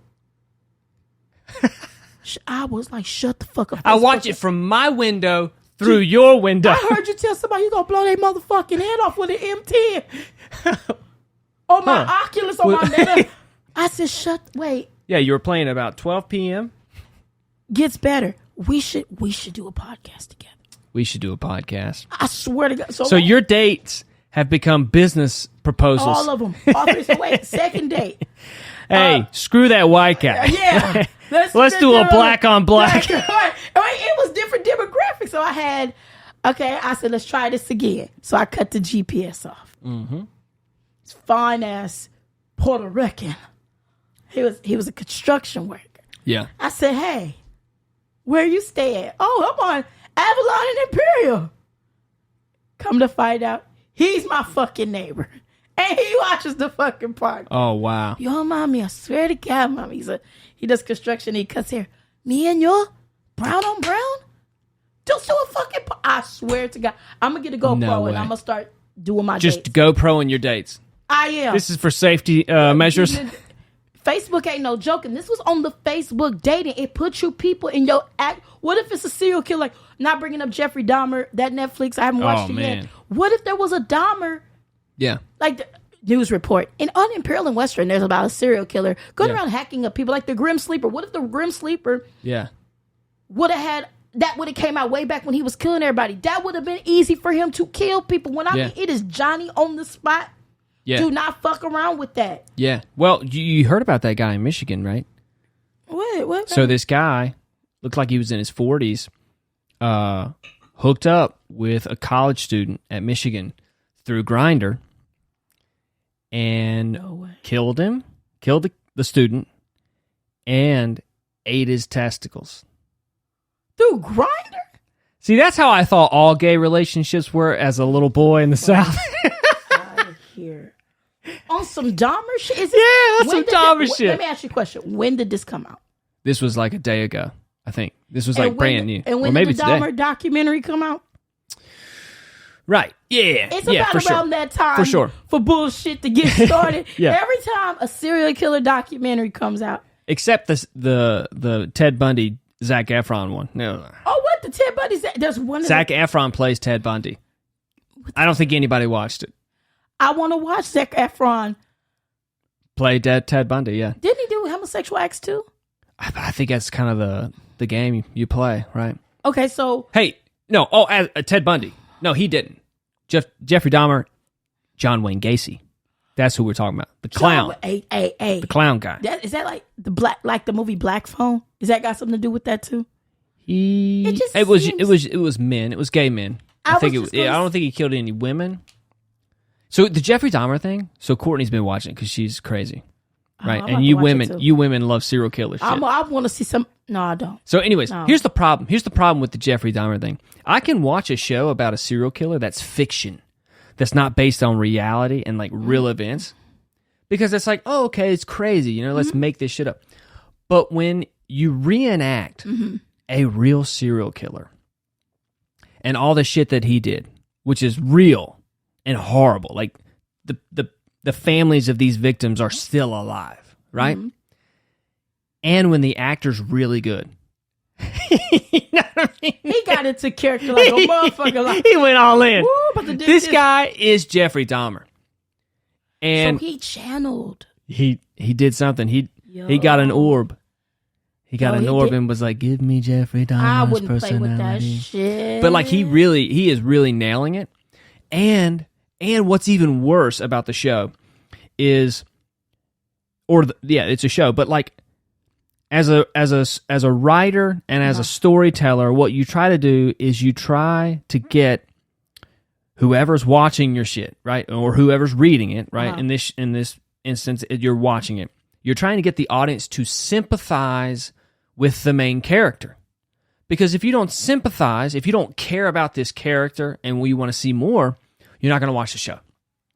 The problem with doing a show about a real life serial killer is you have to do that. You have to show things about that person's life that make regular people sympathize with them. Like troubled house, like a troubled family life when he was younger. He wasn't even in a trouble. But that's what they showed in the show. His mama had seizures. His parents were arguing, so you like, oh, he just grew up in a troubled home. That's what it was. But that's the problem. His daddy, no disrespect to anybody with seizures, but you got to go back in the day in the 60s. His mother was having severe seizures to the point where they were doping her the fuck up, and she was falling out and foaming at the mouth. That's probably true. She couldn't perform. Oh, the daddy was talking about it. I watched a little bit of it was sad, and his daddy kind of regrets that he argued and did shit in front of him because it was he was thinking with his penis, like he couldn't get no ass from his wife, and his wife is not feeling good. They had her doped up so much. They didn't have remedies like they did now for seizures. Yeah. She couldn't be what is it called? Consummate her marriage. Right. So he was out There was no cheating intimacy. on her. Yeah. And that made her, of course you're going to argue if your husband's out there cheating on you and you got 2 kids and you go to your son, why would you tell your children, hey, me and your mom is getting a divorce? That's what affected Dahmer. Yeah. For sure. It's like you breaking the home up and you already know his mama is sick, so instead of him communicating that, he just went crazy. Yeah. Yeah. But he also did horrible things. He did after that. So it's like, we don't really need to sympathize with him. There's a documentary. I can no, I'm saying I watched the documentaries when I was in high school. I watched all the documentaries on all the serial killers. You did? Yeah, I had a class in high school about it. And it was like a college credit class. And the guy who was teaching it was an ex-New York City cop. No way. And so he had a lot of experience with like crazy shit. But like, I learned about all that stuff through the documentaries. I don't want to learn about it from a TV show, like a dramatized reimagining. And so now the families of the victims are like protesting the show because they're like, hey, look. Like that guy killed our family members. Like, why would Netflix make a movie or a TV show about this? Because in my opinion, okay, since we're talking about Netflix, yeah, God give me strength. Warning TikTok, because I'm ready for the smoke with TikTok. Pay attention to what y'all post on y'all content. Keep up with dates. Keep up with times. Netflix. And when you got time, explain to me what the fuck a tutum is. Netflix, can you explain to me in all my years of living? Tutum? It's called Tutum. The Netflix special is called Tutum. It's T-U. They T-U-M. And then put Netflix. Have you ever? Tutum. So what does it mean? Have you ever heard of Tutum before? Before I said anything? You ever heard of this name? No. But that's my brother's name. So that means somebody over at Netflix, you saw my name, or my brother's name. And I wish you would call me a lie, Netflix, because back in March, we did an episode about my brother Tutum. And remember, you spelt it out. It's in one of your shorts. Yeah. And you spelt it T-U-D-U-M and then T-O-O-D-U-M, but it's still too dumb. It's still too dumb or too dumb. So why did one of you TikTok motherfuckers that work for Netflix took my motherfucking brother's name and made a Netflix special? But I'm crazy, right? My brother... But I've never met, and let me tell you why. I mean, I'm not pissed off, but Tutum Korea, it's a global event. Yeah, what is this? What does it mean? What does Tutum even mean? Let's watch this. I went on the meeting. If you give me the meeting, I'll shut 안녕하세요, 최민호입니다. 조이현입니다. 넷플릭스 글로벌 팬 이벤트 투둠을 소개합니다. 다양한 Tutum. 퍼포먼스와 함께 Hold on. She said. Tutum. Listen. 안녕하세요, 최민호입니다. 조이현입니다. 넷플릭스 글로벌 팬 이벤트 투둠을 소개합니다. 다양한 퍼포먼스와 함께 여러분들이 사랑한 작품의 독점 정보가 공개됩니다. 오로지 투둠에서만 볼 수 있는 넷플릭스 스타들도 놓치지 마세요. 두둠. 넷플릭스의 신규 라인업도 꼭 확인하세요. In the heck is this? 이 모든 것들이 9월 Why is 24일 it 투둠에서 공개됩니다. 투둠에서 만나요. And it's 투둠. So if you go, So this is like a I ain't tripping on what the fuck it is. I want to know what the fuck Tutum. So if you go on Hold on. Let's go down this bunny hole. Let's go down the fucking bunny hole. So, Grace, Netflix. I want the smoke. If Netflix, someone in Netflix was watching our podcast, You motherfucking right, they did. and they saw Tutum, and they're Yes. like, you know what? Let's take that word and just brand it. Yeah, you did. And just rub it in the face of these people that have a podcast that 10 people watch. You did. And I'm about to tear y'all asses up. And then they're like, you know what? She's talking about a black guy, but let's make it Korean. They did a global. It wasn't just about Koreans. But hosted by Koreans. It's a global. It's other races doing it. It ain't just. It's a global event. Yeah. But I don't give a fuck about. But I think it's like K-pop stars. Like no, it's everybody's doing it. They did it for Korean. They did it for US. They did it. It's a global event. Yeah. So my point is, what the fuck is a Tutum? I don't know. No, exactly. No one knows. So you go to the one where I was talking about my brother Tutum on your podcast, Right. on your shorts. Right. So won't nobody think I'm lying. In March, I talked about my brother Tutum. Yeah. And he was the first kid in Carlisle, Arkansas to wish a motherfucker would. Now you're probably wondering, why am I tripping? Tutum is old as shit. Tutum was born in 1962. My daddy called him that because he was a badass kid. So somebody over at Netflix, y'all was watching our podcast and you just go take my brother's name. I bet the ones who was talking about me watching that won't sip that. Never mind, I'm going to be talking too much. But how much sympathy are you going to need when you're going to need that lawyer to sue Netflix, y'all? All right, let's see So here. the thing was so my brother is almost 60 years old and my dad gave my brother that name. So that's not a common name. I could see if Tutum was a common name that that's just a family black, white, Korean, Chinese nickname. I've never met nobody in all my years of living, anybody named Tutum but my brother Tutum. Yeah. In Arkansas. So Netflix, y'all think y'all slick? I just want an explanation, or y'all cut my brother a check, or y'all put my brother on the show. Fuck me. Look out for my brother. Because you know y'all stole the name, right? Thank God for timestamps. What does Tutum mean? I don't even know what it means. It's a global event. Tutum. Well, what does it mean? You didn't put my black ass, me or Tutum in that bitch. And Tutum needs some teeth. Tutum needs a lot of shit. Tutum, I'm dead dead ass. I ain't even trying to clown my brother, but how y'all just go watch? You thought I wasn't gonna see that, and you wanna know what's funny? It popped up on my YouTube as an ad. Really? I wouldn't have never knew. You funky motherfuckers over at Netflix. You didn't even call my brother or call me and say, hey, we watch your TikTok. Can we get to them?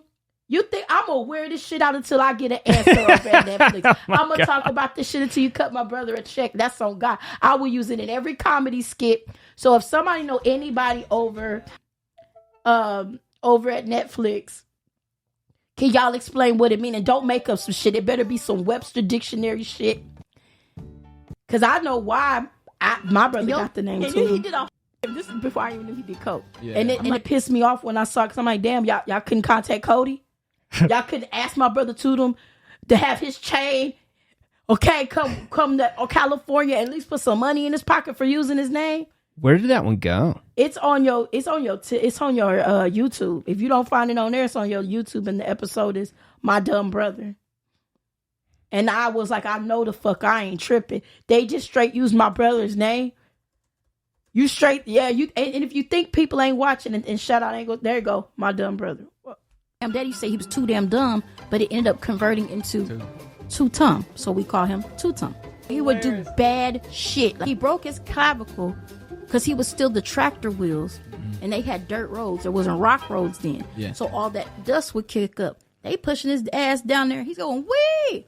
And ran into a goddamn truck and broke his whole clavicle. And walked home.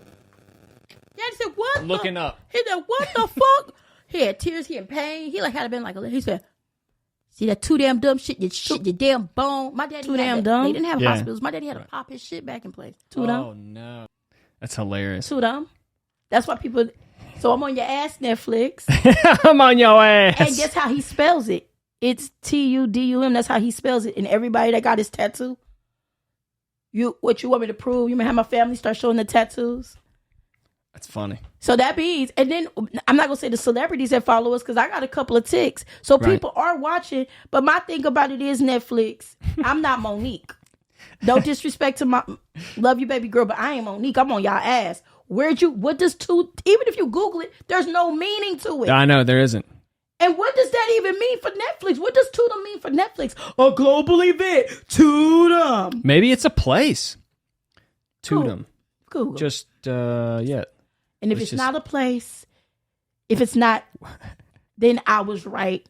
They stole my shit. I was fucking right. What does it mean? Don't even click go. I want to see if there's actual meanings. Tutum. I don't know. So you wanted to show y'all bum ass shows that nobody's gonna fucking watch and turn it into that's what basically you did. Let's just pick the least liked video on the Cody Lowe podcast. Cause they're fucking hilarious. They're not even, that's a compliment from us. Without you or your family getting any royalties, we're gonna call it Tutum. Cause everyone loves the Cody Lowe podcast. Right. What does Tutum mean? Do you see anything beside Netflix? Well, look at this. Let's watch this. That was in 2021 though. Uh-oh. It's time. We've got a global fan event to launch. Drum roll, please. Huh? Are you ready for Tutum? Tutum? Are you ready? I'm ready. Today I get to share a special gift. It's happening. Coming at you right now. Tutum is back. Let's reveal some steamy What does it mean? Shall we? I'm very excited for you guys to see it. I'll meet you there. Check out the news you've been waiting for. Get ready for some action. Bonjour, Tutum. It's time. Chegou a hora. Let me tell you what you're about to witness. I'm so excited to introduce my new movie. A lot of blood, sweat, and tears went into making this. Behind the scenes. It's very exciting, you know? Yes. Hola, hola. Thanks for joining us. Let's get down to business. It's happening. It's magical. Se viene, gente. Se viene. I'm into it, babe. I'm into it. Go time. Take it away. Get ready to have your world turned upside down. I'm ready. Are you ready? Ready. Ready. Because we're sounding the alarm. In 5, 4, 3, 2, 1. Positions, everyone. We got this. right?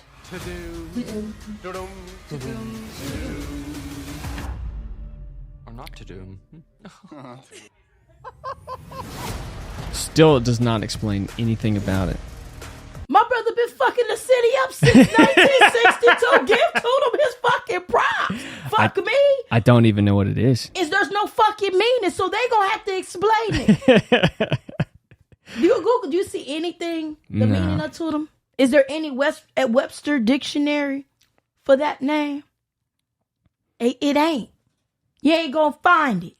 Cause Booker T gave it to his son when he was fucking up in the 60s. My daddy looked at Frederick and said, guess what, you bad motherfucker? You do Tutum shit. See, your name is Tutum. Just give my brother his props. Cause I swear to God, if I'm gonna run that shit in the ground, I don't even want no money. Give him the fucking money. So y'all just watching our podcast and then they hurried up and changed that date quick than a motherfucker. Quick than a motherfucker. Oh, Tutum 2022. What the fuck does it mean? I don't know. So Cody, we're famous. Tutum, you're famous, bro. Wait, to cancel Tutum. This is definitely the first conspiracy of the podcast. Right? Am I wrong? Am I tripping? We got to go on the Alex Jones show. Yes. Wait, so am I wrong? Am I tripping? Should I let it go? Let it go. For sure.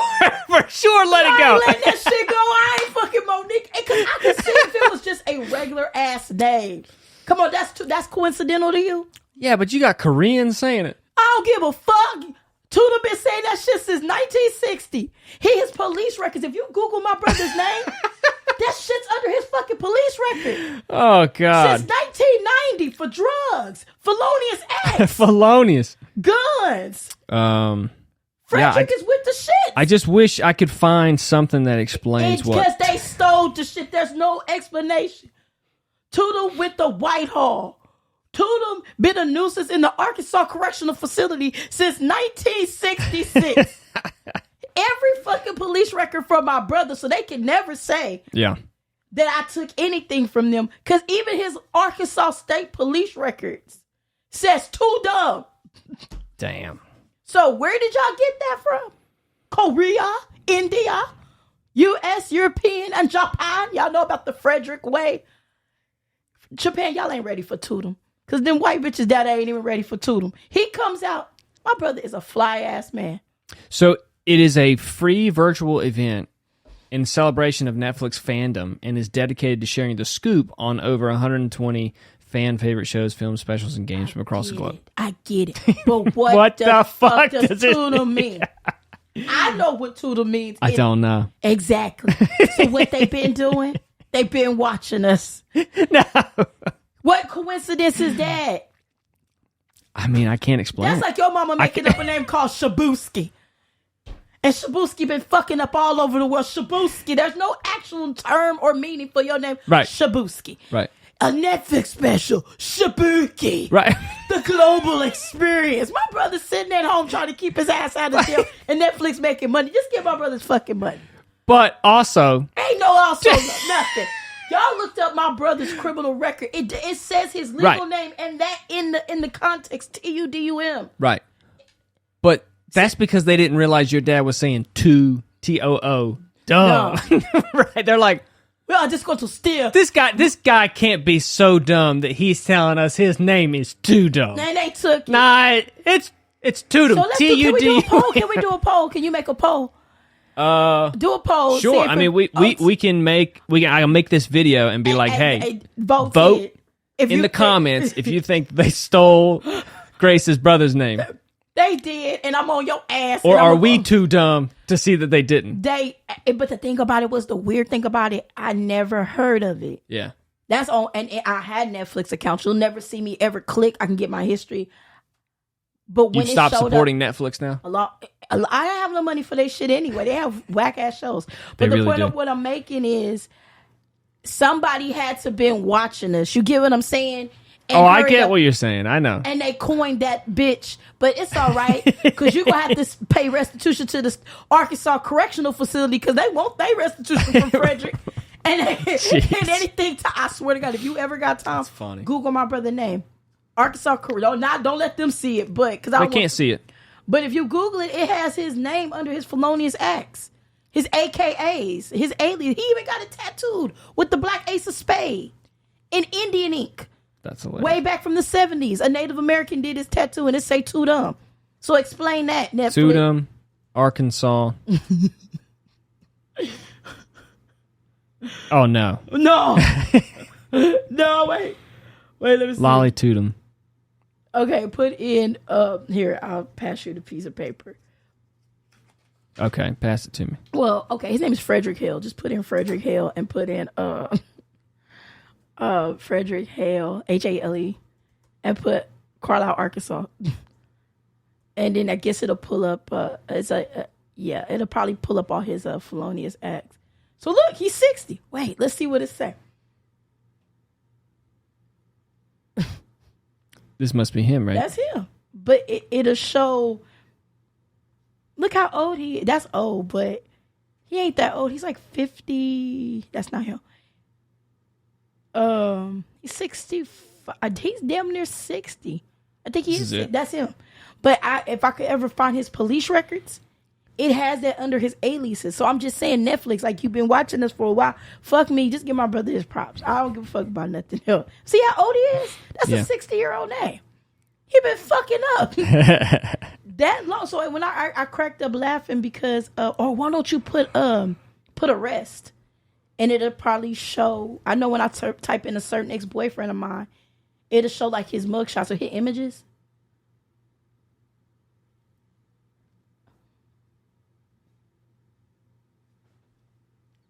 That's it. Let me see something because I saved. Hold on. Let me see if I can find it and I'll send it to you. You can add it whenever you can.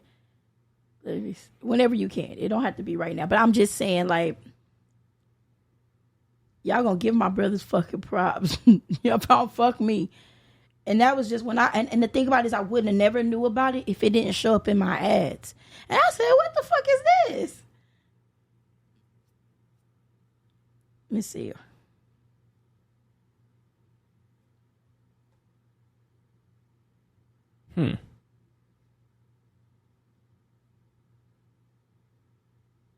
Well, can't find him. I'll find him. But anyways, what's up? What else is on that list?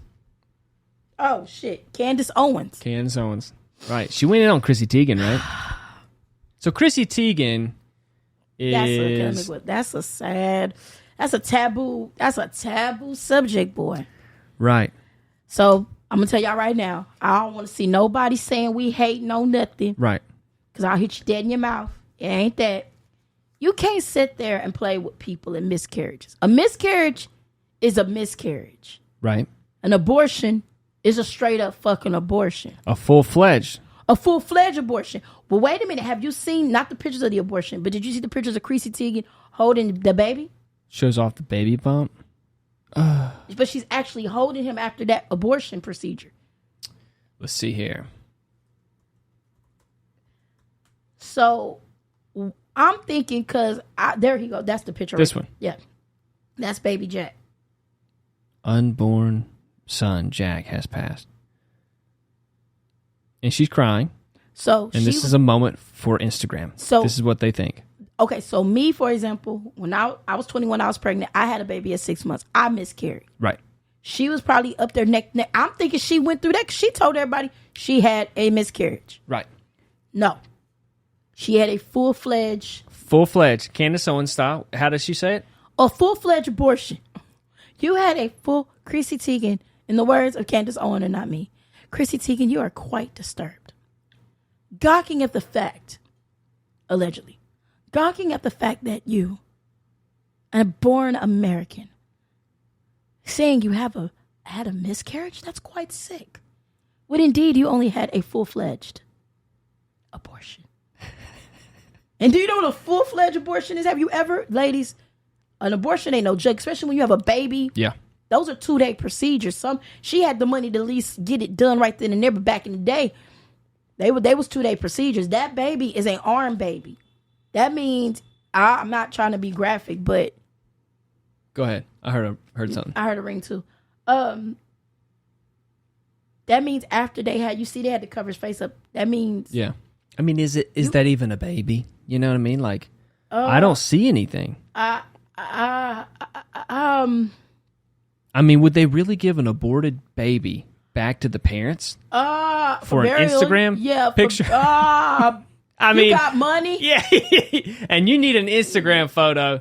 The doctor is like, hey. Did you see the Instagram photos that they took during that? Like, she was laying on the cuff of the bed. How about this? Nothing grinds my tits like a person holding a baby inappropriately. I almost grew up deformed because I dislocated my arm for 2 days as a baby. God damn. Anyways, what were you going to say? Chrissy Teigen was posing after. I'm not making fun of this, but I'm just saying, like, Chrissy, baby girl, respectfully, woman to woman, on some grown woman shit, you should have just kept that one between you and God. Because women who really had miscarriages, yes. This is definitely Instagram worthy. But that's what I'm saying. But you're telling people you had a miscarriage, and then out the blue, I didn't have a miscarriage. I had a full-fledged abortion, allegedly. Right. Don't do that, because there's women out there that lose their babies every day, and that's a slap in the face. And she said it was the reason why she had to do it allegedly is that it was a medical condition. Okay. But why would you pose in black and white photos? Why is that? Why in the name emotion? Emotion for what? That God don't I want graphic. sympathy, Grace. Hey. That's wanting sympathy. Hey, guess what, nephew? Call her and let her know, nephew. And exactly. Grace don't want that type of goddamn simp. Look, wait, there's different. Wait, go over there to the right. That ain't no hospital. That's a clinic. Because I remember them walls. No, shut up, Cody. God. No, wait. That ain't no goddamn Cedar Sinai. That ain't no. The fact that he's always got his head on her. Wait, why she smiling? Google in. She's probably tired of crying so much for the camera. She under twilight sedation. Go back. I don't know if she was smiling or not. Wait, go back. Zoom in. That's twilight sedation. What does that mean? Twilight sedation, that had your ass between woke and sleep, and you be smiling and you don't know what the fuck going on. Oh, the drugs. Twilight sedation is a motherfucker. Damn. A leprechaun to be by your bed. You would. Hey, cute little leprechaun. But why she couldn't just keep that to herself? Nah, nobody in the public eye can keep anything to themselves, right? Guess what? Today I'm gonna let everyone know I had a full-fledged abortion, allegedly. It's not nothing to joke about, but that shit is sick. So Chrissy. what made her come out and say that it was an abortion? Bored. Okay. Exactly. You see how you looking? Yeah. But me, I know the truth. Bitch, you bored. Bitch, them kids. So how long ago was this first photo? It had been almost 2 years ago. Maybe, okay. And then now it just came out. She said that it wasn't a miscarriage; it was abortion. What made her do that? You want the truth or a lie? Allegedly, because I won't get sued. Allegedly, she bored. Always a lie. Give it to me. Allegedly, off that shit. What makes you just get up and blatantly just tell a dark secret like that? Like, fuck it. Today I'm gonna tell everybody. For medical reasons, allegedly, I had to take my child down. Right. I had to take my child down. I ain't got a goddamn thing to do. My pots ain't selling no more. Right. Lost all my sponsors. So guess what? I'm coming back with the dead baby rebound, allegedly. I've had an abortion too. Guess so what? I'm in the club. Welcome. And then I had to make a makeshift baby, allegedly. Right. Out of swaddling clothes. I know a family planning associate, so I know what it looked like inside. I done been there. Yeah. They the only ones. Now, I'm going to tell you 2 clinics. Planned Parenthood is the only one. They do not let you go under. They do twilight sedation for a full-fledged abortion. And family planning will take your ass down. They will conk you out. Right. Oof. They gonna conk you out. You ain't gotta see nothing. But Planned Parenthood, you're gonna be under twilight and you're gonna see everything, but you're not gonna realize. Oof. Exactly. If she really did that like she said, you just sit there and watch them. And I understand allegedly it's a medical person. I get it. But baby girl, you should have kept that one to yourself. That's the point. Like, people are doing certain celebrities are doing too much to keep they limelight going. Yeah. I don't want to be that famous to where I'm like, guess what today? Allegedly, I'm going to tell everyone I killed 4 deers and a person under my house. Back in 1992, my neighbor tried to kill me, so I killed him and put him under my house, allegedly. Let me tell you something. That right there is either three things. Either allegedly, I'm so sorry, ma'am, you over there taking some chloroform. Something ain't right for you to just, like, I can see if she, like, it's the way you present things. Like, if you went to a thing where there were mothers who went through this, or you were trying to spread awareness about the pro-choice, if you have a life or death situation, these are your options. Yeah. You just straight up on a Twitter handler, allegedly. Can we find that post? I want to make sure I don't want to get sued by. What post? That she posted about it being a miscarriage. Because, baby, I ain't got no Candace Owen money, but I got fist fight money. And I'll knock your motherfucking ass clean out, Chrissy, if you come at me with some bullshit. All right, so Chrissy Teigen had a miscarriage, but is characterizing it as a life-saving abortion because of Roe v. Wade. Oh, because her ass would have went down. Claims Ted Cruz. All right, let's see here. Oh, okay, so that's why you had to do. Wait. Oh, wow. Oh, hold on. Let's just start from the top here. She was far along. Ted Cruz says Chrissy Teigen suffered a miscarriage in 2020 with the loss of her third child, but is now characterizing it as a life-saving abortion to support her pro-choice stance in the Roe v. Wade debate. Teigen, 36, lost her third child, a boy she and husband John Legend had started calling Jack, halfway through their pregnancy. She suffered placental abruption at 20 weeks and had to deliver Jack, knowing he would not survive outside the womb. Okay, keep going. I want to hear the part where Several weeks ago, speaking at an event in Los Angeles, Teigen, who is currently pregnant with the couple's fourth child, said she'd in fact had a life-saving abortion and that she'd only just come to terms with that characterization of it in the context of Roe v. Wade being overturned. I told the world we had a miscarriage.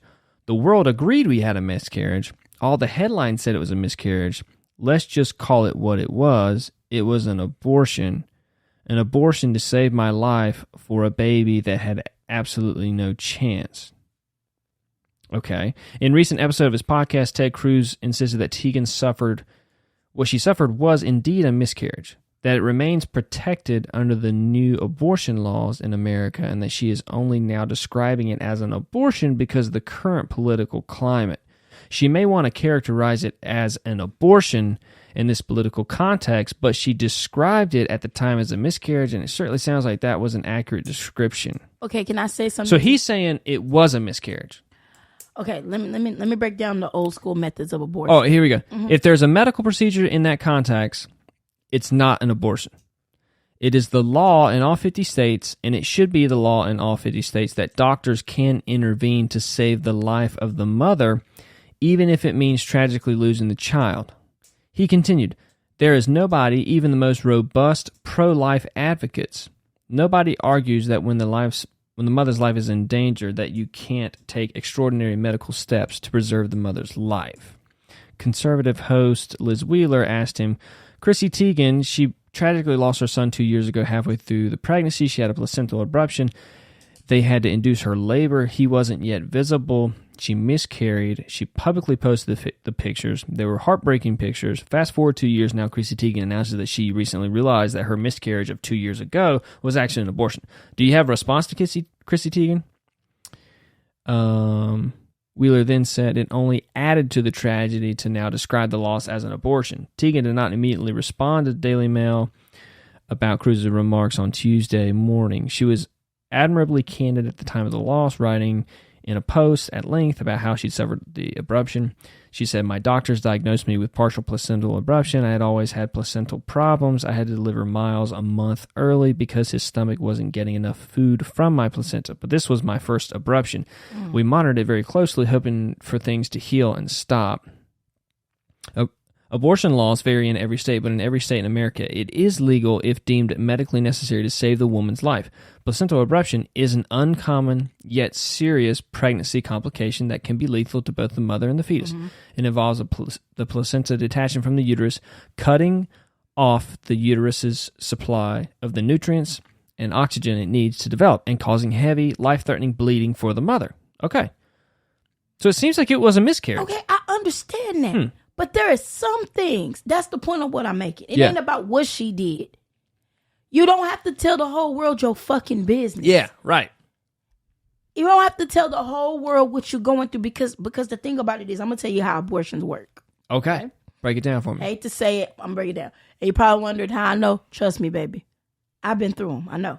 So when you have a baby at a certain amount, and I don't know about how it is now because God forgive. Like 6 weeks? Okay, I'll give you an example. When I was 16, God, I ain't even supposed to be talking about it. When I was 16, I had got pregnant, and I was 6.5 months pregnant, and it wasn't my choice. Yikes. Oh, the rumor around the world is, around the block, it was my choice. I didn't even know LA like that. So how the fuck I'm gonna know where the fuck a clinic at? I got pregnant by my boyfriend. I wanted my baby. I knew what I was having. I had to go through a 2-day procedure. Mm-hmm. They took seaweed sticks, stuck them up in me, so I know my baby was up there. Yeah. If you're up there past 4 months, you have to go through a 1-day or a 2-day procedure because you're literally going through labor, pushing the baby out. Okay, you're pushing that baby out. But they had to put me under because I didn't want to see shit. Yeah. That's how I know certain abortion clinics are different. Family planning is going to put you under twilight sedation. Family planning associates will gladly put you under. You will conk the fuck out. You won't see nothing. You won't see nothing. You won't even experience it. You'll just wake up in a bed next to a bunch of other ladies that went through what you went through. And you get Tang and crackers after that. Tang? You get Tang and crackers after that. I'm dead ass. Fuck. This ain't no alleged shit. So then if you're about, because I know after that happened to me, I couldn't carry kids all the way. Like I have to get a cyclage. So I'm not saying I went through anything what she went through, but my heart goes out to her. But the point of what I'm making is you had a miscarriage, but they probably had to do because she probably couldn't push that baby out. You get what I'm saying? The water probably already broken. They probably had to go in there and get down and get that baby out. Because I know when I had my son, I miscarried at 6.5 months with my son. I had a little boy. And they had to bust my sack. I had to push him out. I was blessed to push him out. But if I wouldn't have been able to push him out, I would have had to go through a full-fledged abortion. And then some of the abortions I had, the medical abortions I had to go through, like sometimes if they can't detect a fetal heartbeat, sometimes they'll give you a DNC or they'll give you the abortion pill to extract the baby out. And then have to go in and it's graphic, okay? Yeah. And rip the baby out. The abortion procedures ain't no joke. Yeah. So, my heart goes out to her, but the point on what I'm making is some shit you need to keep to yourself. My heart goes out to her, but I don't know what made her just come out because of the Roe. You could have privately went somewhere and counseled women going through that. You didn't have to I'm not saying, I have to say, fuck it. The world too damn sugar-coated. Yeah. If you really want to make a difference in the Roe versus Wade, go set up a counseling center. Right. Because back in the day when I had to go through something, by the grace of God, back then they had counselors. They had nurses. They don't even have the shit no more. When I had my first procedure, I had a nurse practitioner sit down in the office and ask me, was that something I wanted to do? Was I being forced to do it? I have options. I don't have to do this. They stopped that shit. Damn. But they had, back in the day, they had stuff like that. Yeah. But that's taking money from these doctors. There ain't no allegedly. I don't give a fuck about being sued. I got medical records. We ain't got to lie about the game because I can talk about the game all day. Right. But back in the day, they had support systems like that to where, okay, we have a halfway house where you can have this baby. We could put the baby up. There were people in there trying to help. Trying to fucking help. Yeah. When I had to start going through medical ones because I started spotting during my miscarriages and all that, there wasn't none of that no more. You sit in a room. You get your blood drawn to make sure you don't have no STDs, AIDS, whatever. Because they going to let you know if you got it right before you leave that bitch. Right. If you got something wrong with you. Yeah. So picture going through an abortion and you find out, I ain't, by the grace of God, I didn't. But if you have to go through a medical procedure, if you got clap. Yeah, and you find that out. Or you got something worse than that. Because they have to make sure you're thoroughly good before they can take you under. And don't let your BMI be too high. Don't be too fat to get one because they're going to make you have that baby. Because if you're too big for them to put you under and you're a health risk, they're going to make you have that baby. Oh, yeah. And you would have to go see a specialist to get that done. Because there was a point where my BMI, because of that one thing that happened to me when I was younger, I can't carry kids. So when I get to a certain amount, either the child will be undetectable, like how she was going through, or I'll either miscarry or I have to medically get the baby taken out. I didn't have a placental disruption. I just can't carry children. So And you found that out because of going through why I can't, because that first abortion that I was forced to have. Yeah. Yes, I'm gonna say forced. By the dad? No, I ain't gonna say who it was, but it wasn't like, hey, if you want to keep your baby, you good. It was more like you didn't have a choice. You understand what I'm saying? So the people around you. Yeah, I had to go eat a nut. Yeah. That damaged me. Yeah. Because somebody, like you're saying physically. Oh yeah. Anatomically, it damaged you. Yeah. And what happened was, where my kids at now? You know how many kids I done lost? I done lost over 7 kids. 7 because of that one choice that wasn't a choice. You understand what I'm saying? Yeah. Let me word my words. So I had a choice, but I was too young. How can I say it respectfully? To really understand your options. Wasn't or even have options. Have an option. Yeah. Damn, okay. If I could have just waited 7, 8 more months. Yeah. I could have had this baby and gave it to somebody. Sure. You understand? But my mind back then when I was younger, it wasn't like you're young. But it wasn't like that was. Let me word my words very carefully, because it can open up a floodgate. So I gotta reword what I say. Sure. But me and you know what's up. So all I'm gonna say is that back then I had a choice. You know what I'm saying? I had a choice. Yeah. You know what I'm saying? You had a choice, but you felt like you had no choice. There you go. Yeah. That's a rough spot to be in. And but why wasn't there an option like, hey, if you just hold on? Right. If somebody would have just said, hey, if you hold on, right, give it about a couple more and just try to have this baby, because later on in your future, you ain't gonna be able to have none. I'm 30, about to be 38, and ain't got one yet, and lost over 7 kids. Now, when did you ever have a doctor tell you? I finally had one when I had my son. Because of that first abortion? I lost 2. I lost 2 boys and a girl. Like literally, had like you were trying to have a kid. Yeah, my first son, I named him Kenyel. He has a death certificate. My other son, I have a death certificate for him. My daughter, I have a death certificate for her. That's what other people don't know. They only know about my one son. They don't know about the other 2. So how far along were they? I would get to close to 6 months, 6.5. Right when the abort, and it's strange. Yeah. That was the last 3 I literally just had and lost them. And then the other ones, I would only make it to maybe 16 weeks, 12 weeks. And then they would sit. The very last time I was pregnant was 2 years ago.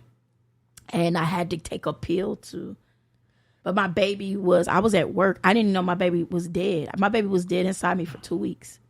I don't know if you remember that. You remember? No, you didn't let me in on that stuff back in the day. Well, when I was working at school, okay, I was at Ross. You had gave me a call. I don't know if you remember the call. I was working at the school district then. Yeah. They had took me off.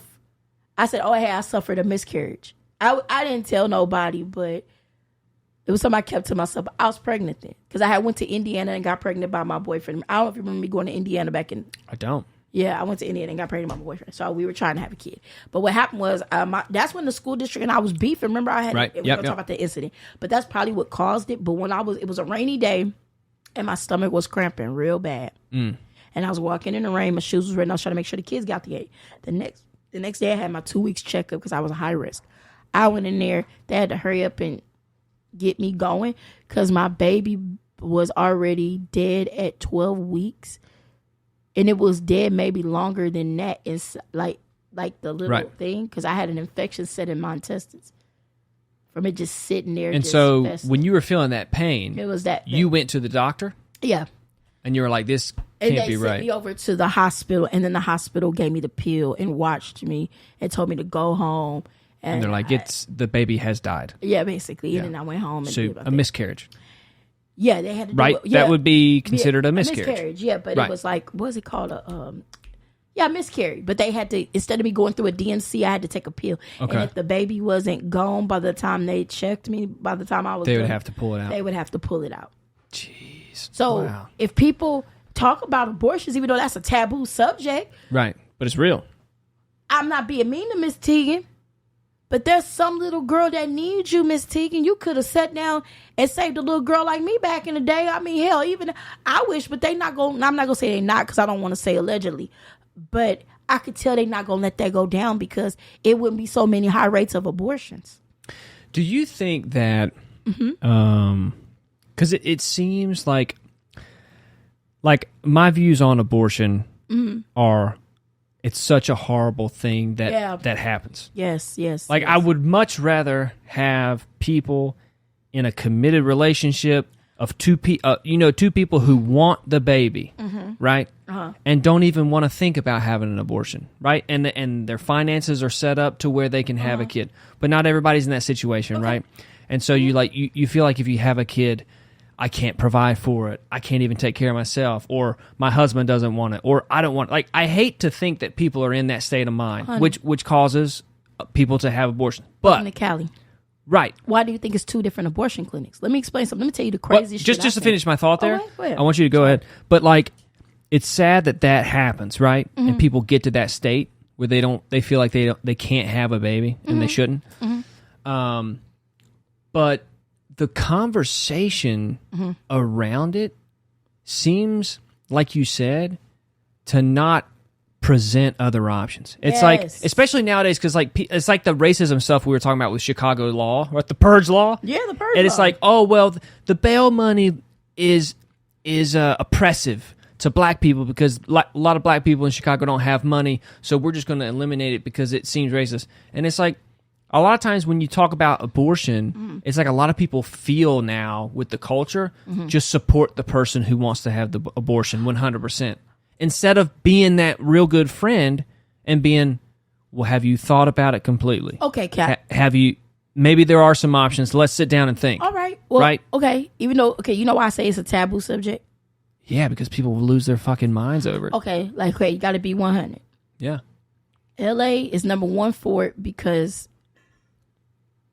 I feel like abortions are done by certain choices. You understand? Like, it ain't, in my opinion, it ain't always like, okay, I could tell you some crazy ass. I could tell you bitches that do, excuse me for saying bitches. Yeah. I know a couple of bitches that do it like it's a form of birth control and hop up and take their funky ass right back to work within that same day. That can't be healthy. Honey, that's why Planned Parenthood got it a certain way and family planning got it a certain way. Exactly. And they do it at the same amount of weeks. But the point I want to making is, we don't know the person. That's the sad part about when I used to sit in them rooms with them ladies. You don't know their storylines. You don't know if a daddy did it, a brother did it, or they was raped down the street, because LA got a lot of shit going on. Yeah. You don't know if a serial killer had a young lady trapped in the house for 2 days. I don't mean to go that gory. Yeah, but that's a reality. It's not like, now back in the day, people, we weren't born back then, but allegedly, if you look at doctors, in this picture perfect light, they always had a boy and a girl. Sure. They was making their wives go get abortions. They want this picture perfect family, no more than 3 kids. Sure, I mean, that could have happened, yeah, You know what I'm for saying? sure. So abortions, to me, are they a good thing? Are they a bad thing? It ain't nothing good about killing a baby, but it depends on that choice, because think about it. I'd rather see somebody, let's say if they went through a horrific incestuous situation. Yeah. We don't know. That's the cold thing about when I used to sit in them clinics. I used to wonder, what did that person go through? Did they go through something like me? Did they daddy do something to them? Were they hoes on the stroll? Because a lot of the girls I sit in them look like me, or Mexican. It was barely... A lot of Mexicans, yeah. And blacks. It wasn't very minoritized. I didn't see too many white girls. And if I did, I'm not even trying to be funny. I seen a couple of them pay cash. And I could tell...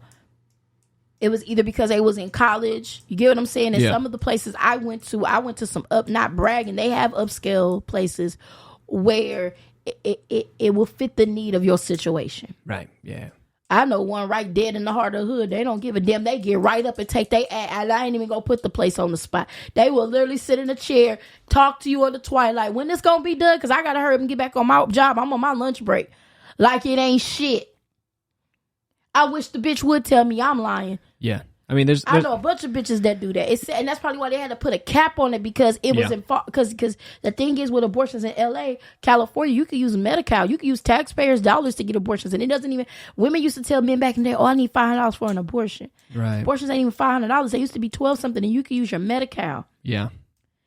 Tax dollars were getting spent on abortions in LA like it was birth control. Yeah.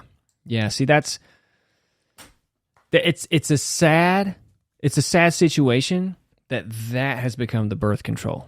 Wait. Right? Like Grace, think about, what do you think about this? Do you think those women that you were talking about that like have abortions like they're nothing, Do you think that makes you a better person? Me having an abortion? No, I'm not saying you. I'm saying you said you know people who just have abortions all the time. Oh, yeah. Right. Do you think that makes you a better person? It makes you more caring? Oh, okay. If we had to put feelings into it, because I can't, I'm not a person that could tell anybody how they feel. So I give everybody, I start everybody with an A with abortions, right? I don't know what your mind frame is. You could have been fucking on the doctor. You could have been married. Your doctor could have raped you. Right. Ain't no telling. Sure. You get what I'm saying? Yeah. So I give everybody an A before I give them an F. I'm going to imagine you went through something horrific. Right. But if I catch your ass back in there on that 6 month, I got a problem with you then. Right. You understand what I'm saying? Yeah. I know a Hispanic girl and I don't give a fuck. I ain't gonna say her name, but she's a hot ass mess. Yeah. You know, I'm gonna call her Danielle. Like, Danielle, get down. You understand what I'm saying? And I don't give a fuck. Fuck Danielle. But she a Blade Runner. A Blade Runner, I don't want to say too much, but we all know what a Blade Runner is. A blade is a prostitute, right? Okay. Bitch on the blade hard. Yeah. But you do that because you too lazy to go get a shot in your ass or an Nexplanon or IUD. And I told the dumb bitch, you gonna be on the blade, bitch. Yeah. Go get birth control, because there's people in here that really need that shit, that's really getting raped or in a situation where they can't care. You know what I mean? Yeah. But if we had more nurses, like I said back in the day. Right. Oh, yeah. I wanted to give you a Planned Parenthood update about how we're Planned Parenthood famous. Okay. Nice. I'm going to tell you what happened. We are. Okay, great. I'm a Planned Parenthood celebrity. Shout out to Planned Parenthood. I went recently to get a checkup. Okay. Now, remember, I don't know if we talked about, we had to talk about it on the podcast. Remember, I think we did. It was the episode when we were talking about white friends. So somebody must have been listening to that whole podcast. Yeah. Because remember, I was telling you that I went to Planned Parenthood because you right. used I remember the clip. that. Yeah. Okay, how they didn't do a 10 panel on my ass and how I had to call. Yeah. Okay, because I called Courtney that day when I went to get it done. This was like last year. Right. And I'm going to tell you how I feel in my heart. They may not admit it, but I feel like, damn, somebody at that clinic was listening to my ass and they knew who the fuck I was, because they had they shit on point when I walked in that bitch. Really? Oh, hell motherfucking yeah, because let me tell you. When we talked about it, that's why I said it has to have been doctors, like somebody at Netflix. People are watching. Because when I went there, I think I was telling you about one of our coworkers was there. Can't remember. I think I was telling you one of our ex-coworkers was there, and I don't even think I told you that part. So I went to get checked. I usually do this every 3 months. That's just me. And we talked about last year. So I went last year to get checked. I requested specifically on the phone, hey, I'm old school. I want a 10 panel. I want my bunghole checked, my throat. Because if you old school like me, they check your bunghole, they gonna know you got something going on. Yeah. They offer the services. Yeah, you might as well take it. Okay? Yeah. I requested that. So when I get there, they try to fuck me like, oh, we're only going to draw blood. You're going to take an HIV, rapid HIV, and piss in a cup. And we're only going to check for chlamydia and gonorrhea. I said, y'all going to go in there and y'all going to swab me like I asked. I said, so y'all just letting people walk out here and not checking if they have trichomoniasis? You're not checking to see if they have bacterial vaginosis? Yeah. Or we're not checking to see if a person got herpes. I went the fuck off and I had called Courtney. Yeah. And I was telling Courtney about this. I said, I'm going to end up calling one of my friends. I threatened the people. I said, I'm going to call one of my friends. If y'all don't get a doctor. Yeah. They had to get a doctor from Long Beach to come and do it because they refused to do it in that clinic. Right? I called. They must have been what they had to be. Because when I went to this Planned Parenthood, or maybe I'm guesstimating like a motherfucker. Right. Because it's a different one. It's a different place, location. Yeah, because I know before when I went to them before, they did the same shit and I went off. But when I went in there, and this was a whole different doctor, whole different everything. When I mean that lady did her motherfucking job, that's good. I was proud. I said, okay, ain't nobody around LA gonna be walking around burnt up. Right, yeah. I didn't have nothing going on, but I was telling this doctor, thank you for doing that, because I don't want young girls thinking pissing in a cup means you clean. Right, yeah. Yeah, for sure. You need to check around that asshole. Yeah. Because y'all not like that. They are. Because when you walk in, thinking you're not. If you want to get checked, they have a thing where they do anal check you to see if you got syphilis or whatever. You know, they check for hardcore shit. Right. I want to see if I got some hardcore shit. Yeah, exactly. This is what I want. And the lady made sure I didn't have no hardcore shit going on. Yeah. And she said, you're the only one. Who requested it? You know how old I am? Let me tell you, back in the day, they used to make you mandatorily do that. Back in the day, they used to have a thing where maybe I'm getting too graphic, but they used to do cut a piece of your skin out of your uterus. They don't do that no more. Skin graft, I guess. They don't do that no more. And they'll cut your ass clean up. Yeah, they would have changed. You think I felt? You get up and you're bleeding and you cut down there. So, yeah, it was reckless bad. So back to that question, though. Like, someone who is always going to an abortion clinic. Rapid abortions. Yeah. Mm-hmm. Repeat offenders. Is that the person you'd invite over to a barbecue? How do you know they do it unless you you wouldn't know they did it? Yeah, I wouldn't know.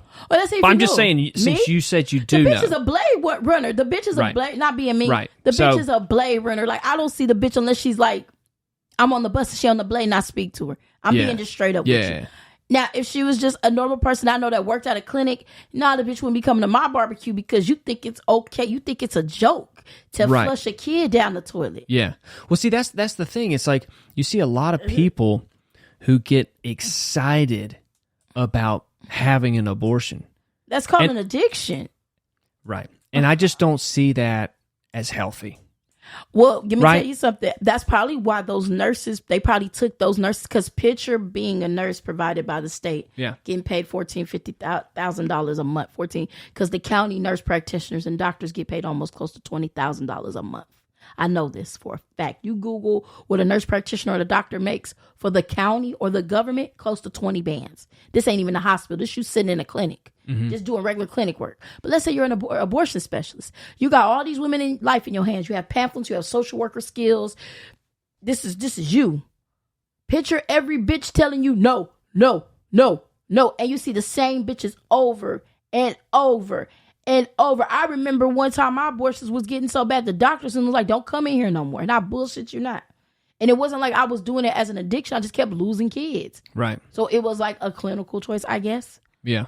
But they knew me so much. I was trying to have a baby. It wasn't like I was like doing it for an addiction, but they'll know your name. They'll know you.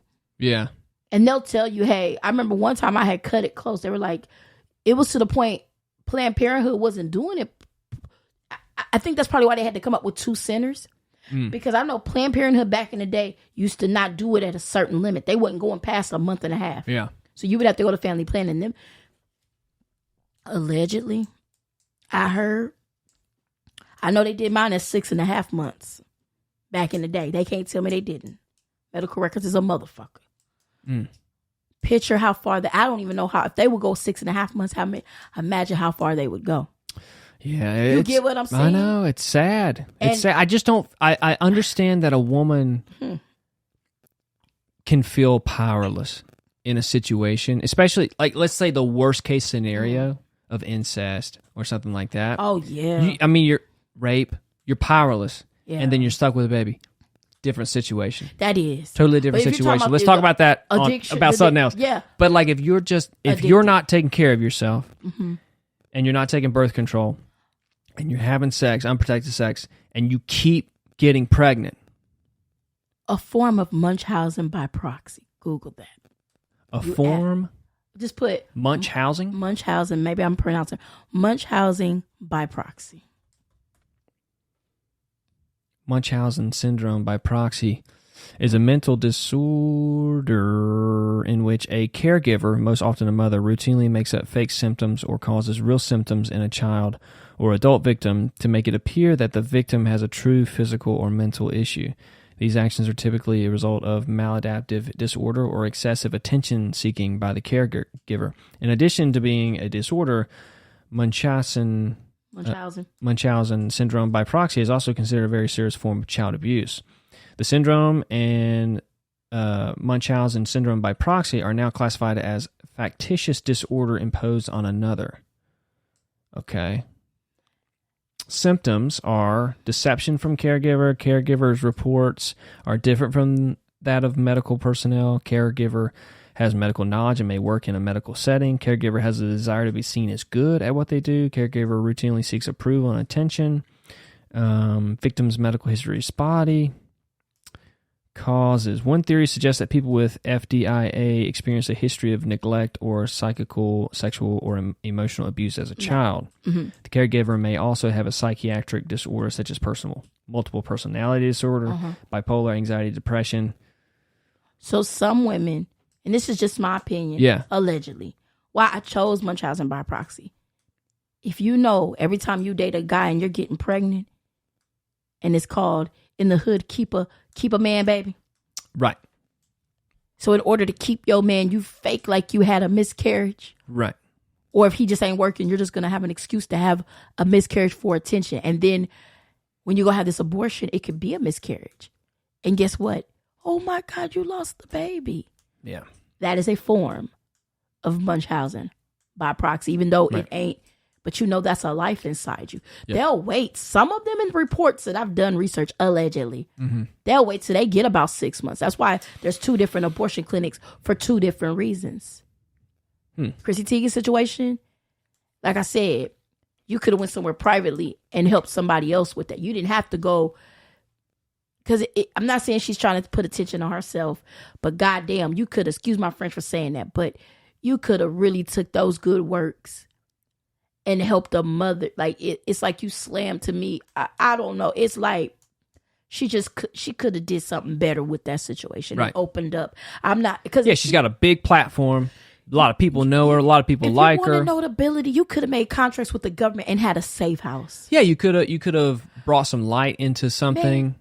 And you could have said, hey, I opened up a foundation during my heartache. It could have went off like this if you wanted attention that bad. Yeah. And say I opened up the Jack of Hope Foundation for my son. And you could have did a speech. Yeah, but no. I'm going to play the political violin here. And actually, this was an abortion. Munchausen and actually feel sorry for me. And I'm in support of this. Allegedly. God. Now you see it? Yeah. So my thing is, you couldn't, all that money you had, if you wanted to regain, and I'm not saying, I'm going to go on and say, fuck it. I'm going to call it an ace, a spade, all right? If you wanted that, and I don't care. I ain't got no money, bitch. You can sue me, I don't give a shit. You can get a We'll still be doing this podcast. And that's what I'm saying. And my whole thing is this. You could have took a nonprofit, and that would have been your redemption back into the spotlight. Like, damn, regardless of all that shit Chrissy did, allegedly, because you have to say allegedly. They suing people now on TikTok and YouTube. I don't know. Shout out to Tasha K. I ain't trying to be Tasha K and Cardi B. Yeah, let's not be that. Let's not be that. But you could have opened up a house foundation, and you probably could have opened up a lot of doors. You could have opened up a housing program for women, right, where they can go and heal and pray, whatever their religion preference is. But when it's all about me, Grace. And that's when a foot goes up your ass, because I am the female Joey Coco Diaz. Shout out to him. I will knock your motherfucking ass out. I don't play about. That's why I said maybe people like me, because I'm really for real with the shits. Like, you're not going to sit there and just, I know I'm not Hollywood. That's probably why Netflix and all them stealing my shit. Y'all know I'm not Hollywood, because I'm not going for it. I'm not. People don't like that shit anyway. I'll knock them the fuck out. They like real people. At the end of the day, people like real people like you. I would hope so, because my thing is, like I told that kid in my class I was teaching them, regardless of me cussing, let's just say we took the cussing out. The point is, if your ass wants some water, where was her mother at not demanding her some water? Like, why'd you give her a cup of ice like she was a dog? Yeah. And tell her you have to wait for it to melt? Bitch, you couldn't. Water ain't shit. Water's free, because she didn't have a credit card to buy a bottle of water. Silly. I wish that would have been my child. I would have snatched a bottle of water off and got arrested, because it would have proved a point. Right. American Airlines couldn't, and trust me, I used to work for Continental Airlines when they in they kitchen. Yeah. We used to drink y'all free water all day. Allegedly, before it got sold into United. Continental had their own back in the day. I used to work at the airport, boy. I used to have airport jobs like crazy, but eat the snacks and drink the soda. They let you do that. I don't know if they let you do that allegedly now. Yeah. So why the fuck you couldn't you couldn't swipe your credit card and buy somebody some water? Yeah. America, have a heart. America, have a heart. Let's end it on that. America, have a heart.